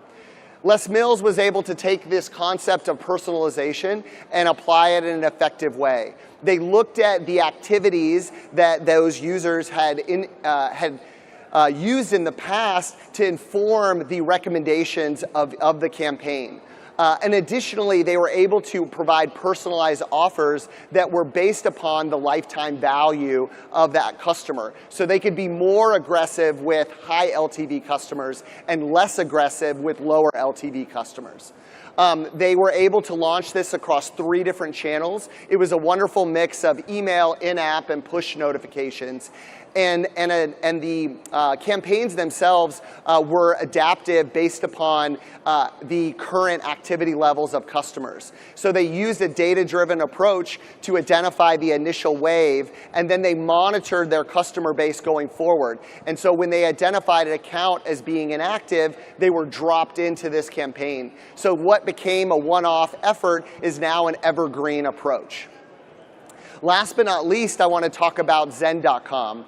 Zen.com is a fintech company that offers a really unique in-app experience where they streamline purchasing, money transfer, and budget management. And they were able to actually generate over 500,000 downloads of their application in a really short amount of time. But naturally, with that high growth, the emphasis became then focused on how do I drive activation and conversion. And so they applied these principles really successfully to deliver a 15% increase in activity levels, and conversion rates also increased by 10%. The way that they were able to do that is they effectively used personalized offers to get customers to that aha moment more quickly. So they looked at their user base across the European region, and they identified offers that were local to that user. And so that was what they were prioritizing in the campaigns that they were leveraging. Additionally, the campaign that they replaced was primarily an email-only effort. And as a result of these changes, they moved towards an SMS, email, and in-app approach, which drove better awareness and better conversion of this new messaging. And then last but not least, they made their campaigns adaptable based upon their sophistication with the app. So if they had used the app before, they were given a different experience than those users that had never used the app in the past. So when we step back and look at all of these examples, hopefully it's clear to you that in order to land the right message at the right time with the right audience, you need to make sure that your campaigns are personalized. They need to be multi-channel, and they must be adaptable. And this is the new way in which SaaS organizations need to execute from a campaign perspective to be successful. So I'm really passionate about these concepts. We'd love to talk more about them. Please come visit us at our Customer I/O booth. You also can connect with me on LinkedIn or on social, and we hope to chat more about this with you in the future. Thank you.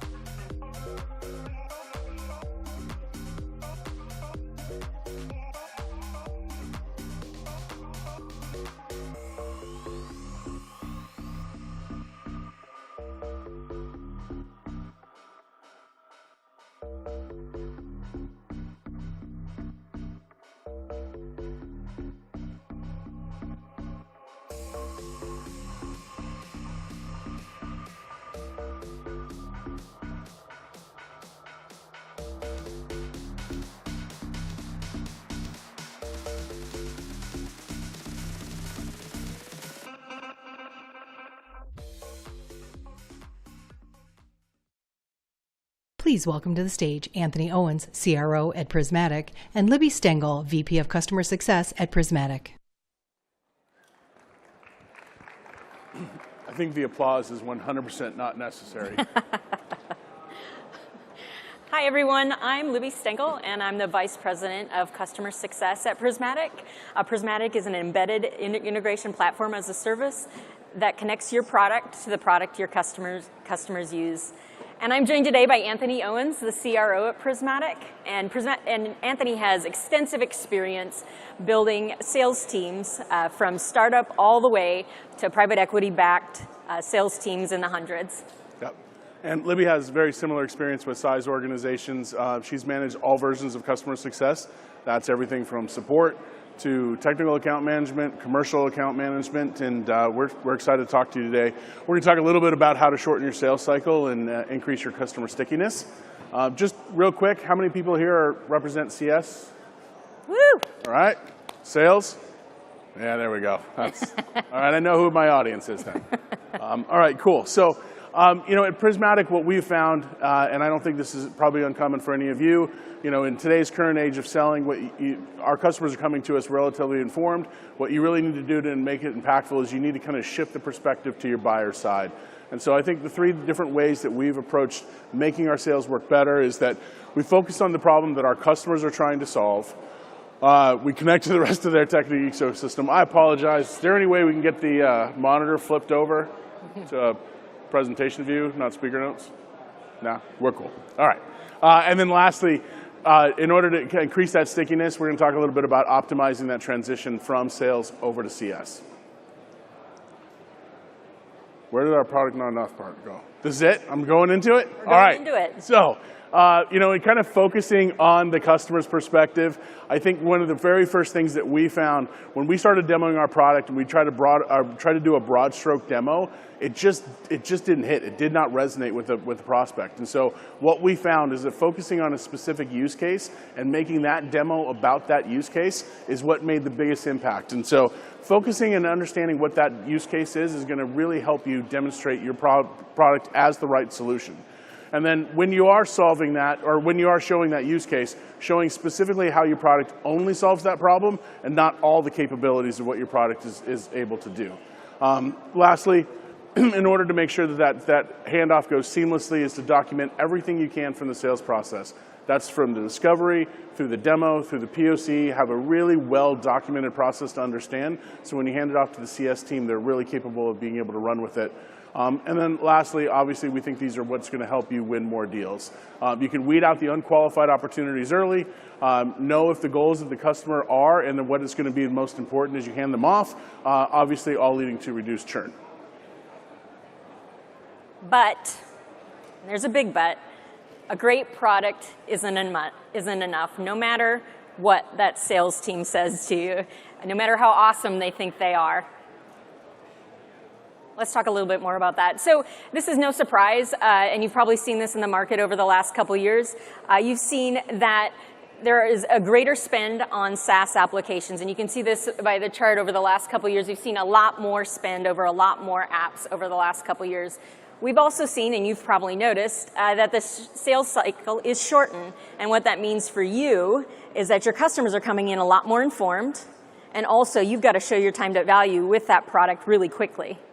And that kind of lands on the average number of SaaS applications that your customers have is around 112.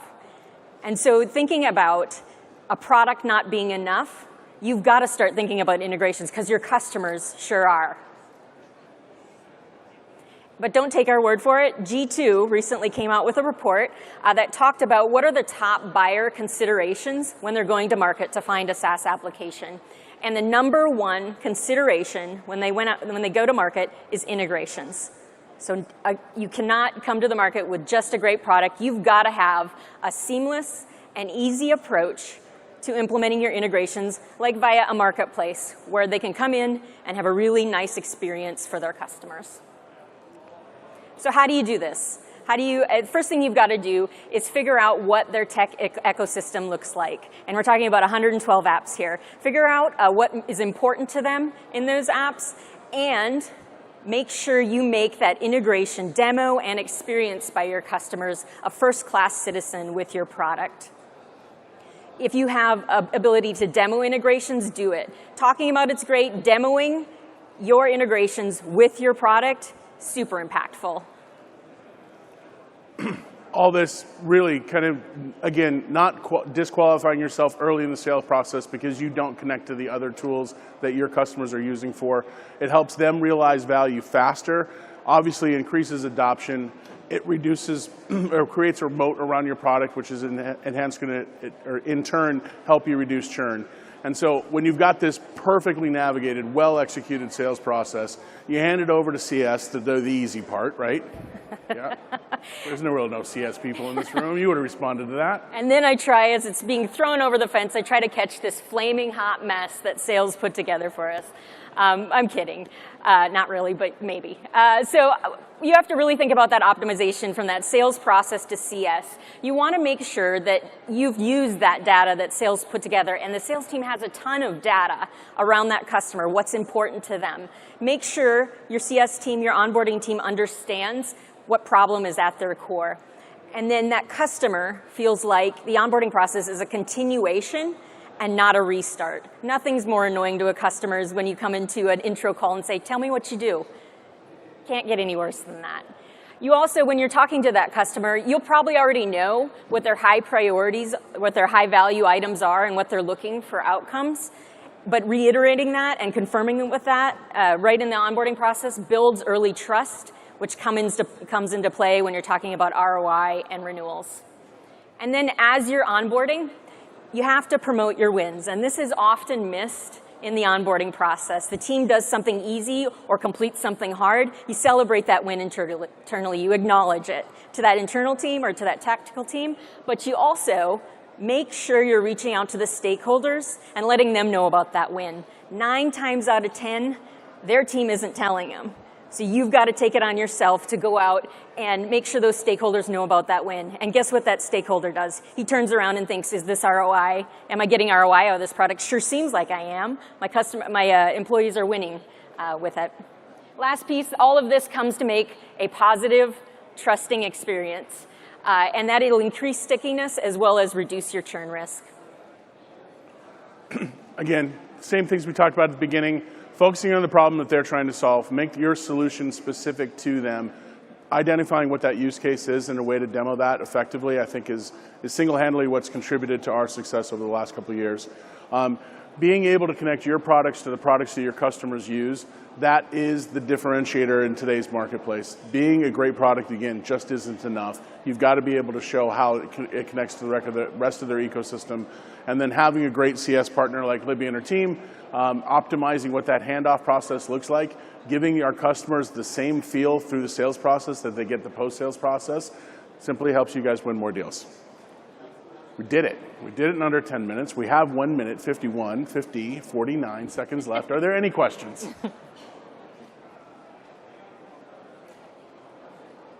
Anybody want to just shit on salespeople for a while? I love those jokes. All right, fantastic. Thanks, everybody. Really appreciate it.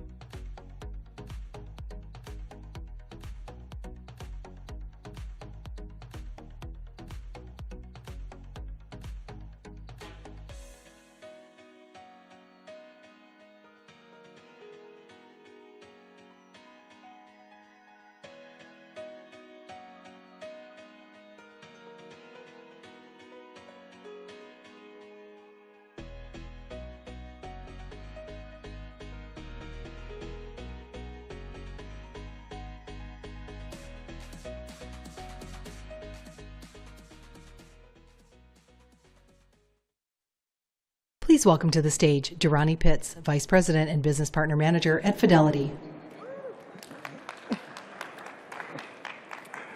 Hello, everyone. My name is Durrani Pitts. I've spent the last part of my career working with a lot of private companies, helping them get their cap tables ready for big moments.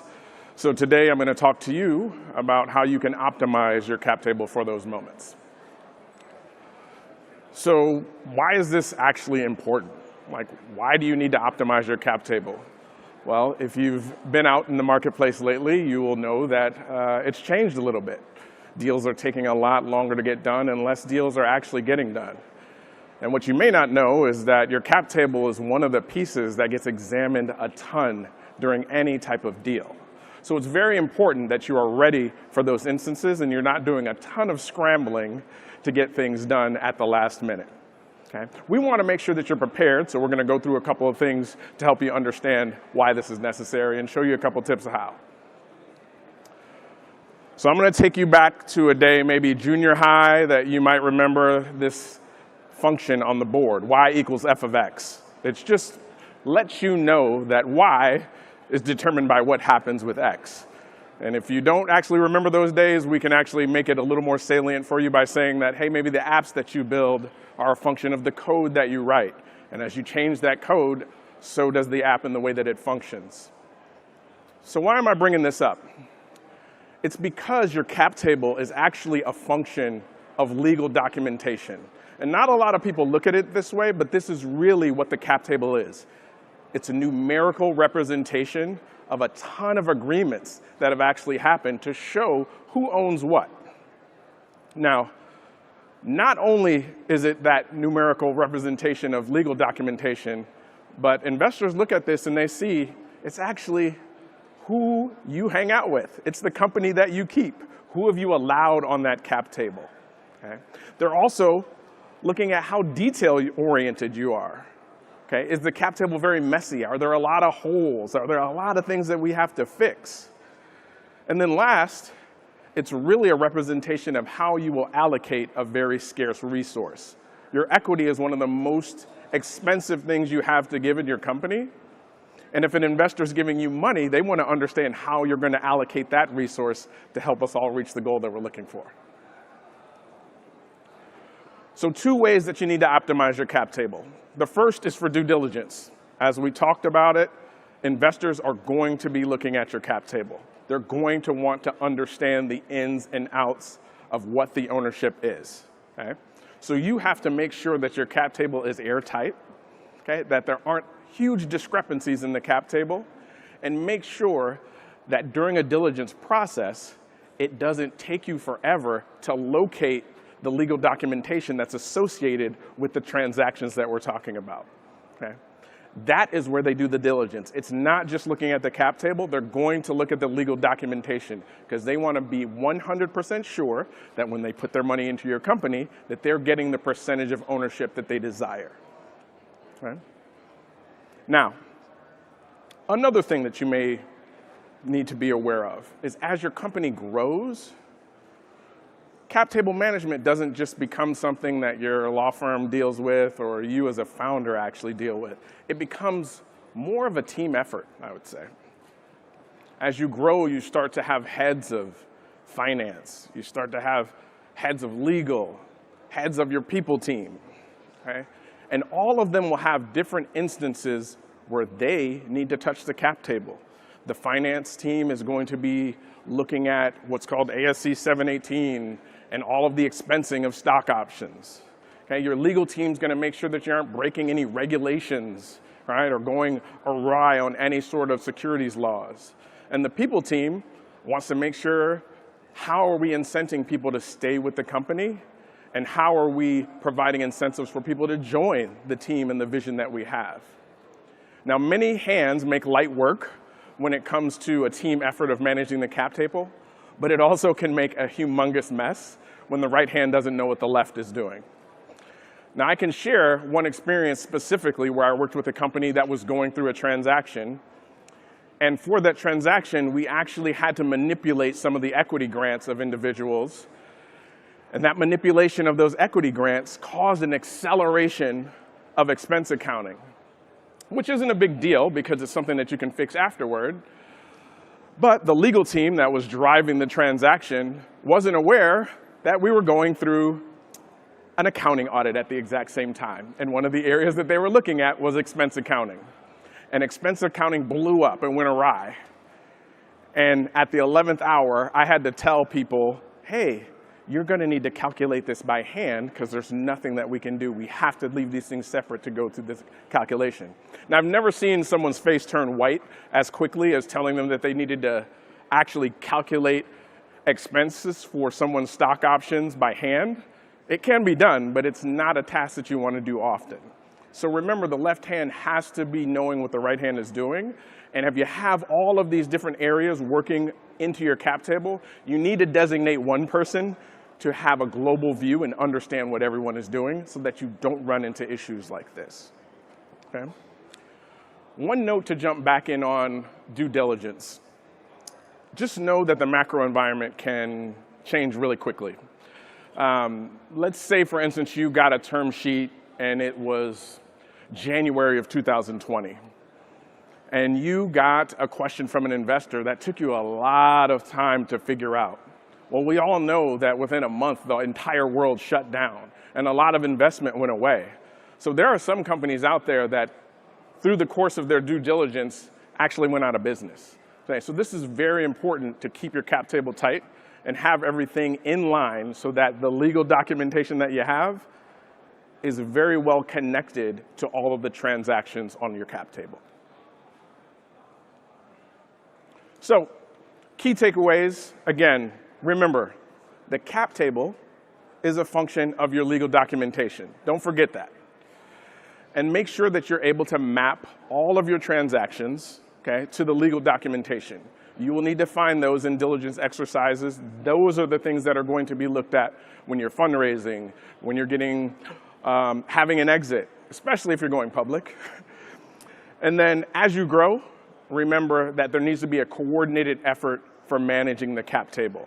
And you need to have a schedule of maintenance that makes sense for your company to make sure that it doesn't get totally out of whack. Okay? The best way that I can describe the cap table maintenance is if you think about, every 6 months going to the dentist and getting your teeth cleaned, after that, it's probably as clean as they'll ever be. Well, that's what your cap table is like after going through a fundraising round. It is pristine. But over time, transactions come in, maybe you don't brush and floss every day like you're supposed to, and your cap table gets a little bit out of whack until you have another event where it needs to get cleaned up. So if you make sure that you're doing the right maintenance on your cap table throughout time, you won't have a painful visit to the dentist or a painful visit during due diligence. Okay? Thank you. That's my time. If you don't remember anything else here, just remember this phrase: if you stay ready, you don't have to get ready. Thanks. Any questions?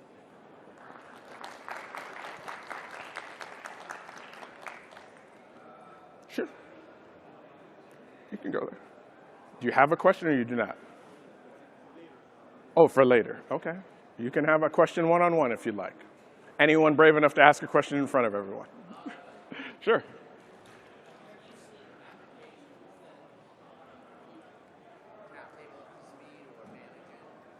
Applications that keep cap tables up to speed and manage it. Well, Fidelity Private Shares actually has a cap table SaaS platform that will help you do it, but there is still some manual maintenance that you have to do on your own. There are services and individuals that offer what is called cap table equity administration, and those are services where they'll actually do it for the company, and they're very well versed in the different platforms to help you do that. Generally, a law firm would help you do that as well, but most people don't like to pay their law firm to do those type of things and get the bill later. Okay. Other questions? All right. Well, thank you, everyone. I appreciate the time.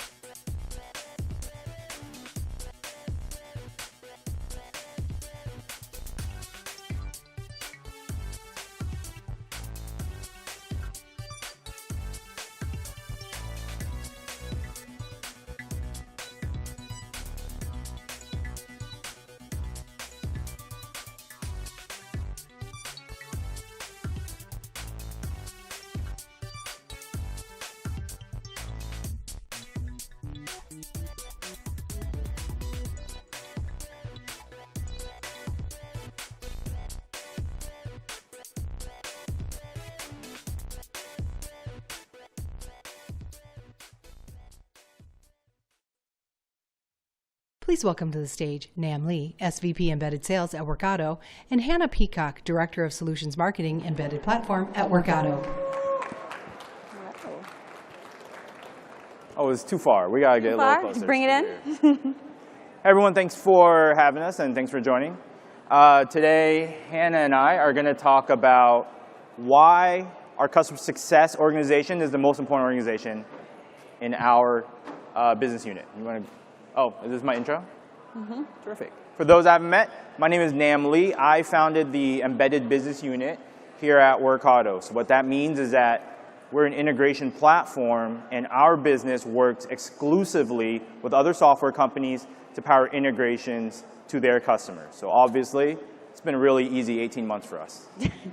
Yeah, and I'm Hannah Peacock. I joined Workato about 3 years ago, and I'm the head of solutions marketing for the embedded platform units. That means everything from the first half of the customer journey and through advocacy and retention.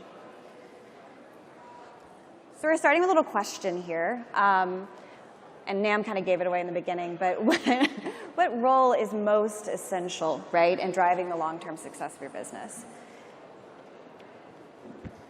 And the answer to that is customer success. Yeah.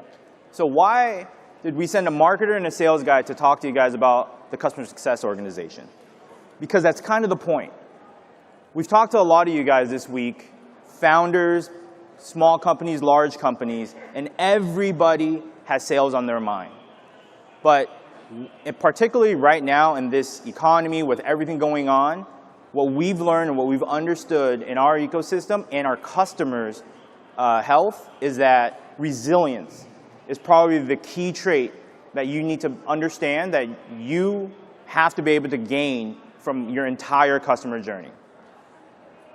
So today, we're going to go over what we do to create a good customer. Internally, we call this finding a deal versus creating customers. I think it's really small down there, sorry. We're going to talk about why customer success builds resilience.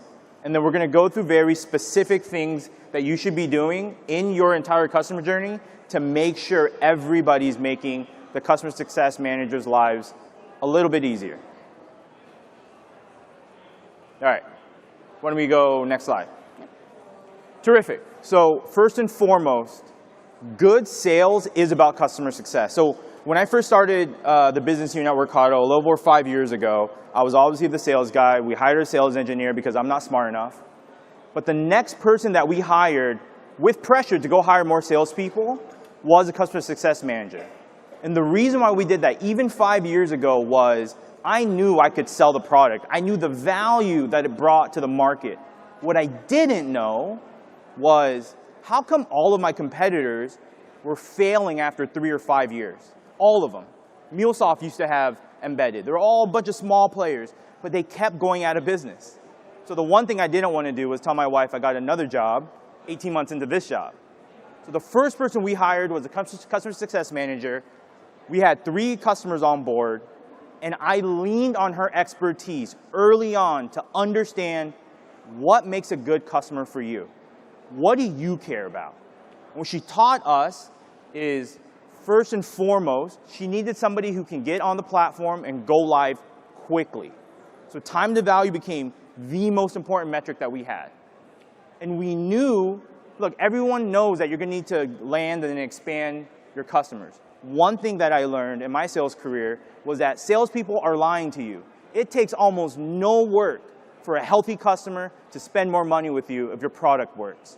So I wanted to test a hypothesis and make sure we put all our calories to make sure our customers love what we did and how we did it, and not emphasize so much on our salespeople trying to get expansion deals out of there. I'll talk about that more later.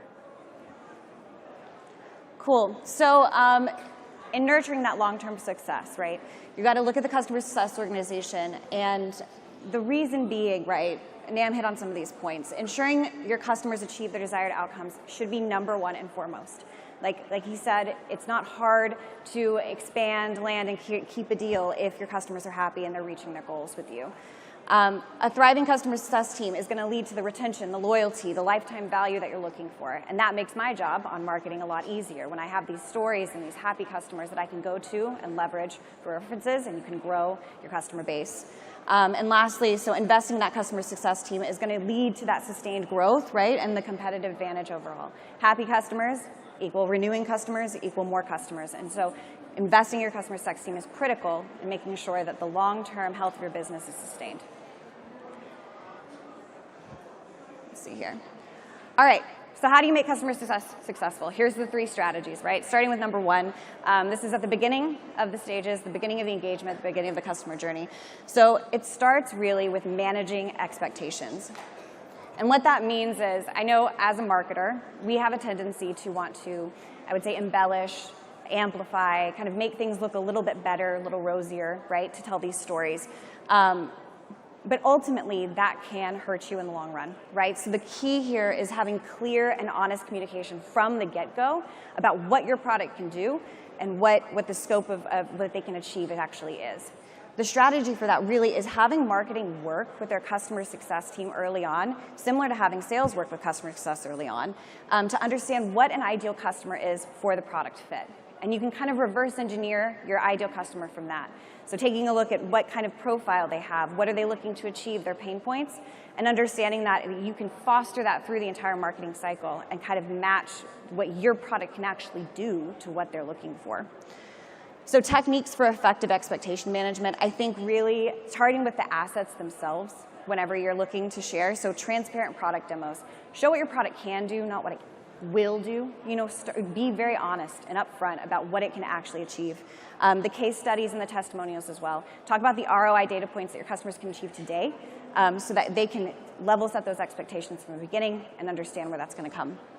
And then collaboration, right? Collaboration between marketing and customer success to build out those profiles for what customers should look like and how many we should be attracting.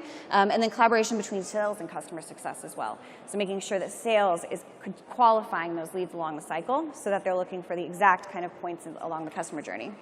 Benefits of this, right? It's going to reduce churn. You've got the right fit for the right product at the right time. But you're also going to build trust and credibility from the onset. So they're going to look to you and trust you. Yeah, so I think some key points there that Hannah had touched on. You can go to the next slide. Yep. One of the key things I want everyone to kind of at least take away from this is that from a sales perspective, I talked to a lot of you guys this week, new products, new ideas even, new products in larger organizations. You have to remember that you still bring a perspective that's valuable to everybody, right? There was a lot of almost apologizing for the newness of your product. That's not the point. You are the expertise in this, and it's your responsibility to represent your customer success in that way. And so really from our sales standpoint, when we think about our top of the funnel to the early parts of the journey, we make sure that we set the expectation of you're going to be a customer that onboards in the first 8 to 12 months. You will be proficient on the platform, and you're ready to go. For us, not only that, you're going to get your first customer live on it. So you got to go live, and we're going to get one of your customers live. And we start that conversation at hello, right? It's important for me that our customers understand when my customer success managers are working with them, we are all rowing in the same boat, in the same direction. And it helps the entire journey along the way that they understand now it's a value-based customer journey from beginning to end. I know we got to hustle. Okay. Yeah. So I trashed salespeople earlier, and I'll talk about a little bit why. When we talk about resilience, your salespeople, us salespeople here, we do have a superpower that no one else has. And it's the ability to continue to give our companies an opportunity to be successful. Having that type of talent working on an expanding contract from a healthy product and a healthy customer is a waste of that talent. So what we did is we changed the fundamental makeup and structure of our own sales team, and we started to understand organic expansion is phenomenal for everybody. So we made sure everyone kind of had a little bit of that. And when it came to our sales team, some of them are here in the room, and I'm talking about their trauma in front of everybody, and my apologies. It was about can you go and find new avenues of revenue and growth? And we've seen our entire go-to-market change. We've seen our entire ICP change. You've heard the cliche, we've had to build a plane while it flew. We took a plane and we built a rocket ship with this, and the one common denominator that we used was you had to make sure as a salesperson, as a marketer, whoever you were in the ecosystem, when you wanted to bring that deal in, will the CSM fight over that deal to take over that customer from you? And that's been one of the common denominators that's really helped us grow this business unit. Yeah, so key takeaways then. Absolutely, so that customer-centric approach, right? First and foremost, looking at your customer. It's critical for sustained business, making sure that your customer success team is successful and anchoring your sales team, your marketing team, everyone, and giving customer success the best customers. And then we gave you the 3 strategies, right? Setting those expectations early, reducing time to value, and that path to expansion being very organic, very fluid, and very clear and honest. And lastly, prioritizing your customer success team is really going to lead to all of the things we want, right, as a business: the reduced churn, the higher CSAT, better customer lifetime value, trust, advocacy for years and years to come. Good. Thank you. Thank you. Oh, we're done. Good question. Good.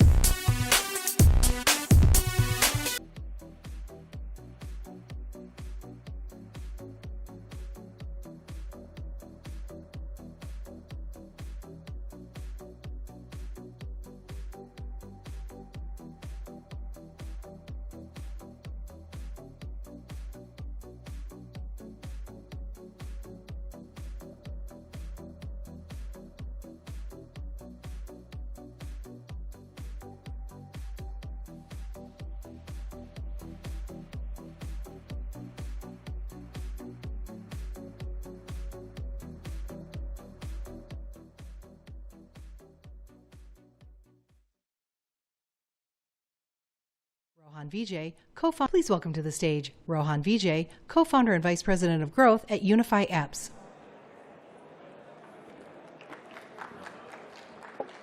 All good to go? Thank you. Thank you everyone for dropping by. I'm Rohan Vijay and I'm really excited to talk about a topic that is very close to my heart, which is how to build products for large enterprises.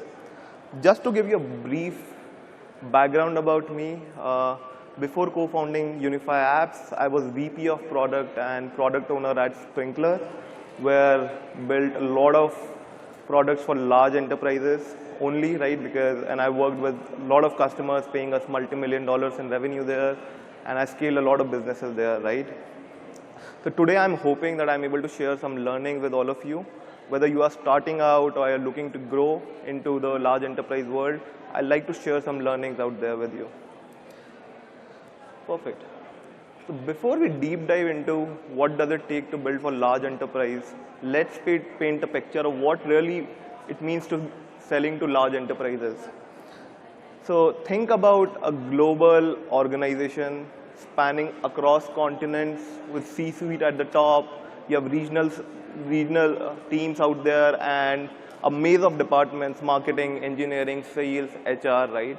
And each one of them will have different needs, requirements when it comes down to your products, right? So while this might look a little complicated and you might feel a little overwhelmed selling to large enterprises, I think it's very nice when you are able to actually crack it because it opens up doors for high value, long-term contracts. Moving on. So what are these stakeholders that you need to address to? So you start with your end users who are actually going to interact with your products. Then you have the business teams who are looking at ROI, how does your product really fit into the complete org. Then IT team is the one who is sort of scrutinizing your tech, integrations, and all of that. And security and legal team are the gatekeepers to all the adherence and security compliance that you might need, right? If I go a little deep into it, end users are looking for how easy is the platform to use, what are the personalized UX that they're getting, and can they scale it to different teams out there. Then business teams are looking whether your platform can come in handy and fit to complex workflows and integration needs. IT team is looking for, do you have strong governance, role-based access, and all of that when you're scaling to different teams, departments across the globe. And then whether you are able to scale through the things, right? And then on the security and legal time, they're looking at whether do you have all the adherences like GDPR, you have ISO certifications, and everything that is needed for you to get inside that organization, right? So if I move on, right, how do you solve for this when you're trying to build for large enterprises? There are a few principles that I've sort of learned throughout my journey while building for large enterprises. You need to start approaching this enterprise-grade mindset from day zero when you are building products. What does that really mean? The first is you would need to take a platform-first approach to building products instead of a feature-first approach. What does that really mean, right? It means that you need to start making your platform in a way where it is flexible enough so that it can evolve to your customer needs. Think of it almost like a Lego block, wherein you're building a set of components which you can just assemble instead of a one-size-fits-all solution. The other thing that I realized working with a lot of these large customers is a standard solution doesn't really scale for everyone, right? So what you really need is every customer will come and say, hey, I want these changes. I need to look and feel like this. Do you have these workflows? How do you do it? So instead of going back to coding every time a new experience for every customer, you need to go down to an approach of configuration, right? Wherein you are able to assemble these Lego-based components just through configuration when it comes down to working these tailored and bespoke solution. Another thing that I would like to sort of highlight is when you are working with large enterprise customers, you cannot build in silos. What that really means is I would always advocate whenever you're building a new product, find a partner that you can work with who is believing in you. Start working with them because a lot of consumer products might work in silos to start with, but enterprise products are a whole together different beast, right? So I would always suggest start with a design partner when it comes down to that. These are, I would say, high-level key capabilities that are sort of needed when you're building for large enterprises. And these caters to all the different stakeholders that we are talking about. So when it comes down to your business teams, people are looking for whether are you able to handle all the complex integrations and automations, right? Because they will have complex workflows, and how are you able to adapt to their workflows out there. Then from the end user point of view, are you able to configure your platform in a way that it can resonate with different personas? And they're looking for multilingual platform because they are multi-continents and across different regions that they're operating. And custom reporting, I'm specifically calling that out because a lot of time we would go with standard reports and standard analytics, but customers would be like, hey, we need this. So you need to start building out your capabilities from a custom report builder, which people can come in and configure their own reports, right? On the enterprise side, when it comes down to the IT teams, right, they're primarily interested in whether there's proper role-based access control across your platform, so that the things that are relevant to different people is controlled easily, right? Do you have concepts of workspaces for different teams? And then obviously the audit and version control across, right? They're also looking for concept of auto scalability, load balancing when it comes down to the scalability part, right? And last, I would talk about security and compliance. This means data encryptions, IAM, disaster recovery, building out all these things. This is not a definitive list, I would say, but this is something that we can start with when thinking about the key capabilities needed to build for large enterprises. I'll quickly wrap up the conversation with key takeaways. Always start with a platform-first approach that we talked about instead of building just individual features or products. Second is, when you're building anything, you will have to keep in mind all the different stakeholders that you have across, so that when you're going and selling them, you're making sure that everything is working for each one of them. And third is, you need to think about enterprise-grade features from day one, or I would say day zero, instead of it being a second-order thing that you start doing after a certain point in time. Yeah, thank you. I hope this was helpful and hope you have a great day. We are at booth number 209, so if anyone has questions, I'm happy to connect with anyone. Thank you. I'll take the clicker.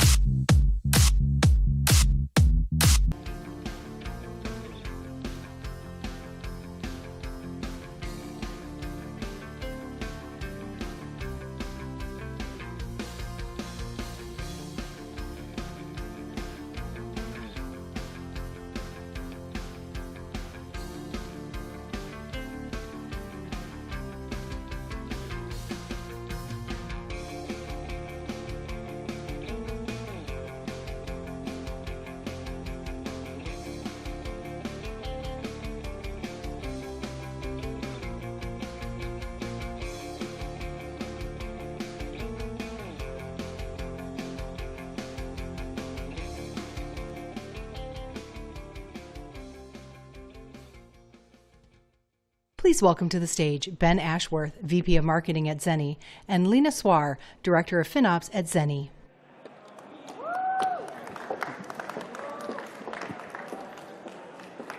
Hello, hello. Super excited to be with everybody here today at SaaStr. I hope you've had a great event so far. As mentioned, my name is Ben Ashworth, and I'm the Vice President of Marketing at Zenni. At Zenni, we unleash the power of AI bookkeeping, and we give you a dedicated team of financial experts. So if you have any questions more about that, please feel free to come to our booth at booth number 216, and we would love to help. But today we're going to be talking about data-driven dominance, which is a blueprint for exponential growth. I absolutely love data, and I'm super excited to be able to share more of that with you today. Hi, I'm Lena Swar, Senior Director of Finance at Zenni. Thank you for joining us today. Fantastic. So let's go ahead and let's dive in. So we're actually going to be looking at 3 key steps when it comes to driving data-driven dominance. Number 1, you've got to be able to measure and analyze. Number 2, then you take that and you're able to strategize and design. And then step 3 is where you're able to take those learnings, you implement it, and then you take those learnings and you share them amongst the team. So we're going to dive through these steps individually, starting right now. So first and foremost, at Zenni, one of the terms that I use quite a bit, quite often with my marketing team is you absolutely cannot optimize what you can't measure. So you need to make sure that no matter what, if you don't have a way of being able to measure your performance, first and foremost, make sure you get those key data points in place. So I wanted to first kind of walk through and define and how you actually define and you measure your growth funnel kind of across the board. So as a marketing leader, on my end, the thing that I'm looking at is really that funnel through and through. And there's really kind of 3 core components that I really break this down into.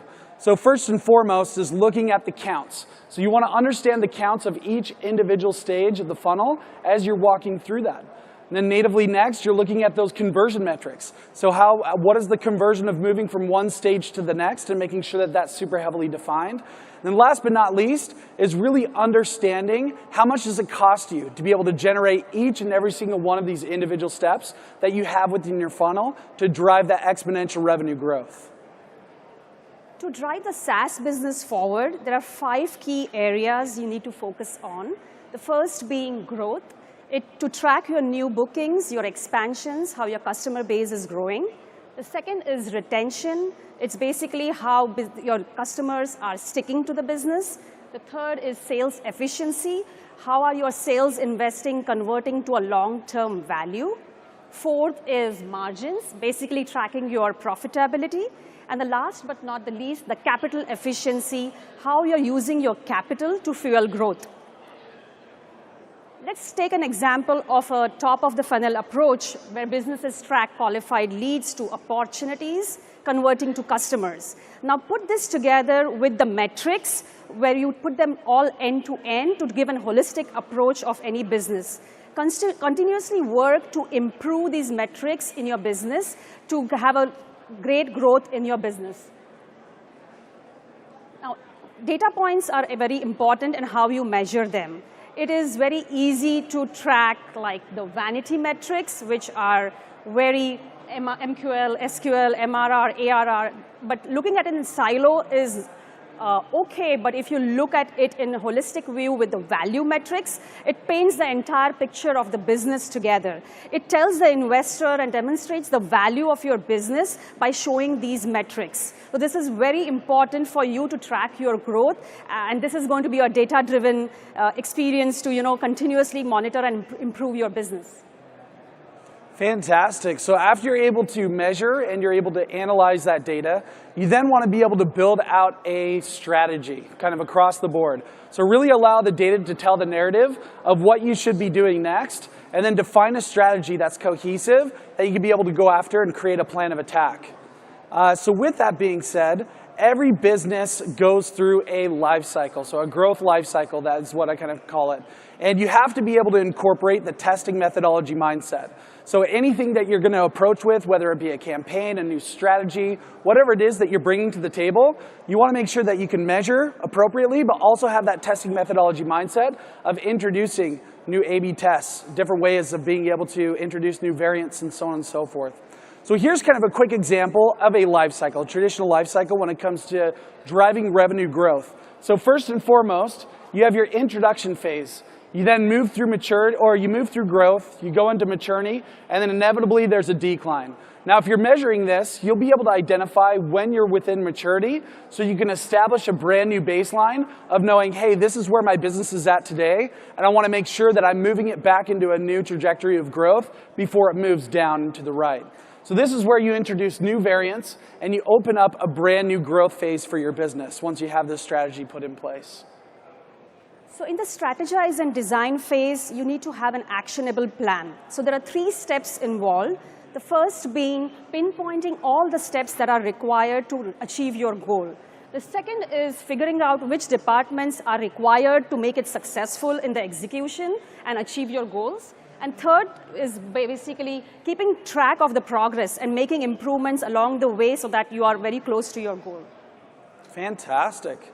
So again, as we dive into kind of the last step is now that you've been able to measure, you've been able to analyze, now you've been able to build out a strategy, you want to be able to implement this strategy with the team, right? And be able to garner those learnings. So what you want to be able to do is make sure everybody within the organization is super rallied around what your objectives are and what your key results are. So this is something that we've done at Zenny, which has been absolutely phenomenal, of introducing objectives and key results. And first and foremost, you want to be able to share the overarching goal that you have as an organization with everybody within the organization in and of itself. And you want to be able to manage both down, but also manage up. Get feedback from your team members and what they see as pertinent KPIs, what they could drive towards, and the strategies that they want to accomplish. So you have them work with you to translate those metrics and get them tailored to the OKRs that you want to be able to implement. The most important piece is you want everybody to have fun with it. They have to be able to buy into that vision. They have to be able to buy into that strategy. And if you've done it well with being able to measure and analyze, you'll be able to allow the data to tell the narrative of what you should be doing next and really get your team amped around that. And then empower them to be able to take that proactive approach. Because if you empower them, they believe it's their idea as well, and you become one team to be able to help drive that revenue growth that you're looking for. And so the last piece is really being able to implement and learn and share updates with the entire company regularly. So one thing that we say at Zenny is share the news no matter what. Whether it be good news or whether it be bad news, share the news. So share the wins, share the losses, and share the opportunities. Because if you can't define where your losses are today, then you can't identify where you can improve. And as you look at those losses, you can define those opportunities that can take you to the next step. Here I want to share a real customer case study. At Zenny, we helped this customer exactly implement all these 3 steps and help them achieve their goals. Company Z had conflating data between their B2B and B2C revenues. Their gross margins were lumpy. They were not aware of their revenue drivers. So we helped them apply the measure and analyze process. And through that process, they separated the data with B2B customers and the B2C customers, and also revamping their pricing strategy. In this process, they reallocated the resources from the B2C to B2B, and that way, the third process, which was the implement and learn, they could make consistent progress, and they were able to increase their revenue by 110% over 15 months. But that way, with a data-driven approach, they could achieve the growth they needed. Absolutely. So I love this example because it goes through being able to look at, being able to measure, being able to analyze, being able to strategize, being able to design, implement, and learn, and share those learnings through that entire life cycle in and of itself, which drove an additional 110% in revenue over 15 months. So here are some of the key takeaways. So number 1, you cannot optimize what you can't measure. So that's first and foremost for your businesses, for your marketing teams, for your strategic teams, sales teams. Make sure that you can measure everything within the funnel and that you have clear visibility into that. Number 2, you need to understand the valuable metrics for your business. So understand what is vanity metric versus what's a valuable metric specifically for your business. And last but not least, you can't take control of your growth if you don't share the learnings from the data. If you don't share the learnings, you're going to continue to chase your tail, and you're going to continue to work in silos within the organization as a whole. So find a way, have an ecosystem of where you can share those learnings, and to be able to have that testing methodology mindset where it's okay to fail, it's okay to learn, share those learnings, and then drive yourself to those new stages of revenue growth. All right, thank you so much. As mentioned, we are Zenny, and so we are unleashing the power of AI bookkeeping and giving you a dedicated team of financial experts for your business. If you have any questions, please come visit us at booth number 216. Thank you very much. Thank you.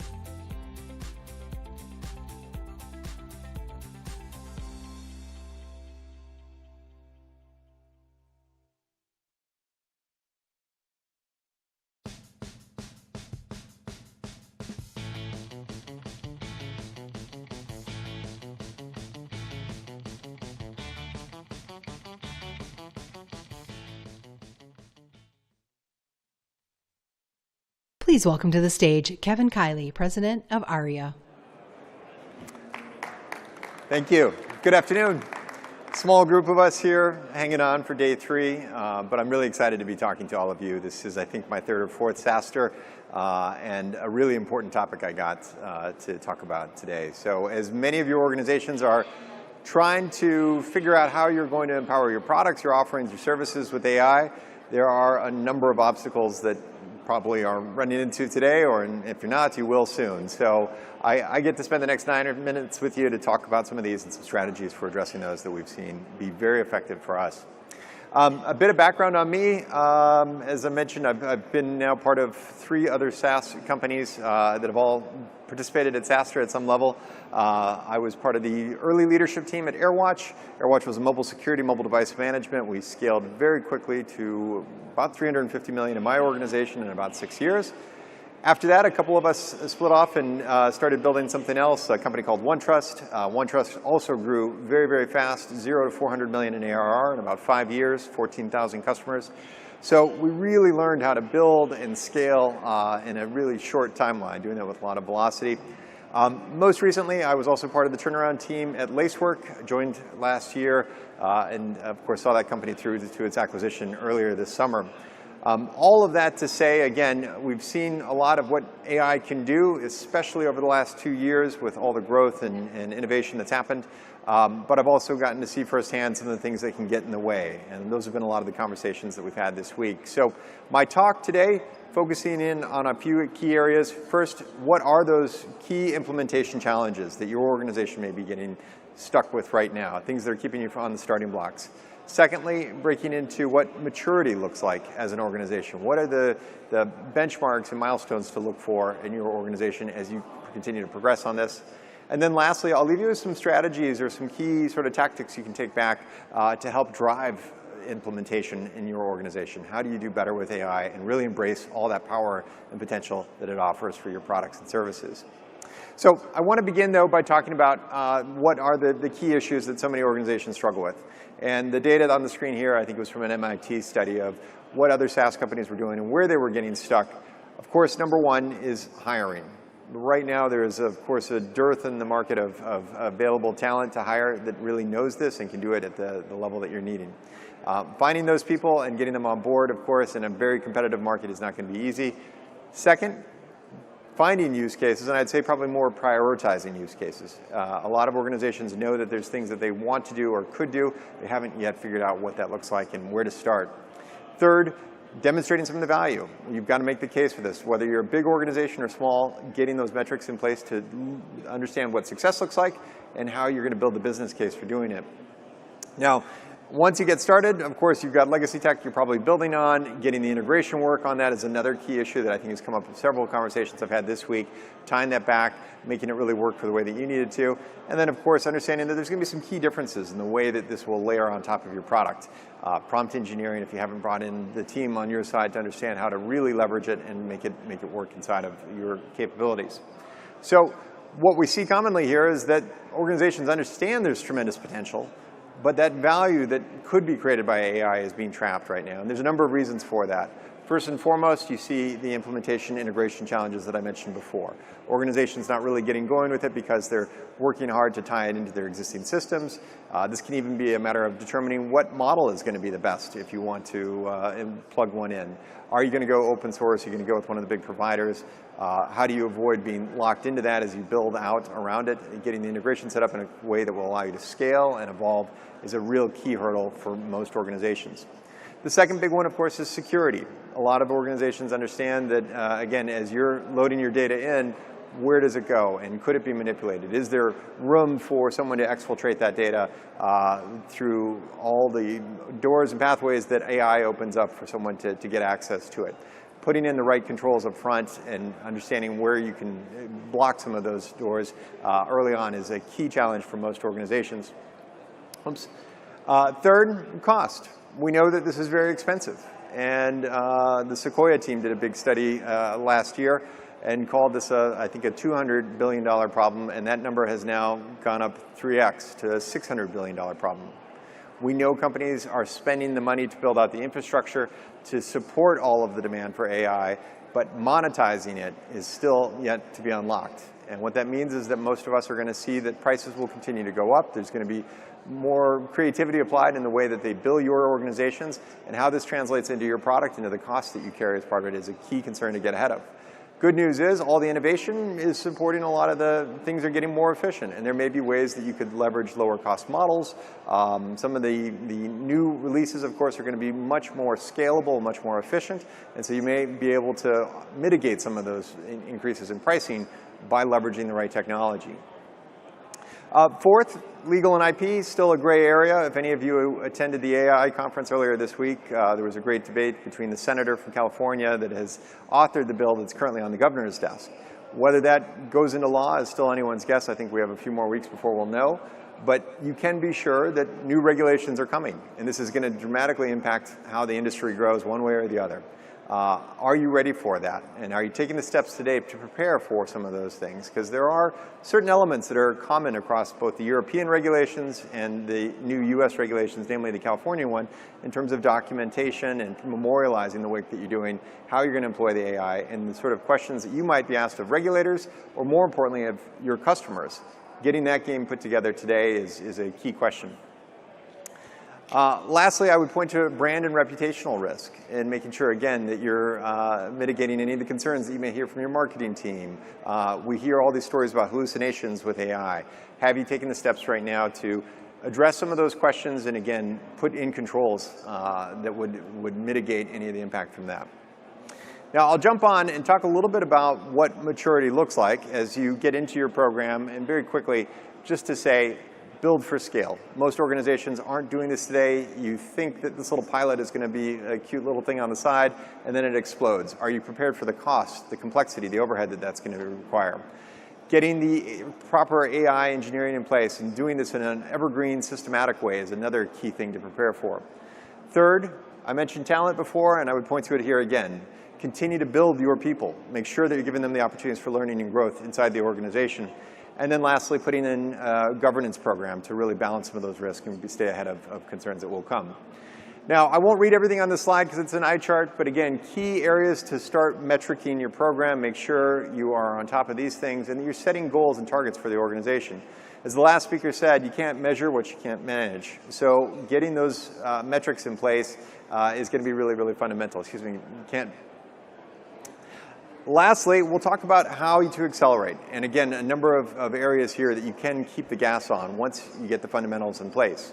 First and foremost, I would say the strategic planning. Again, know where you're going. Have that destination in mind and the metrics that will support it. Within that, you're going to start from a key point in each of your organizations, building towards those goals. Understanding the key roles and responsibilities across your team, making sure that they're crystal clear on what it is they're expected to deliver and how AI is going to empower the products and services you're delivering.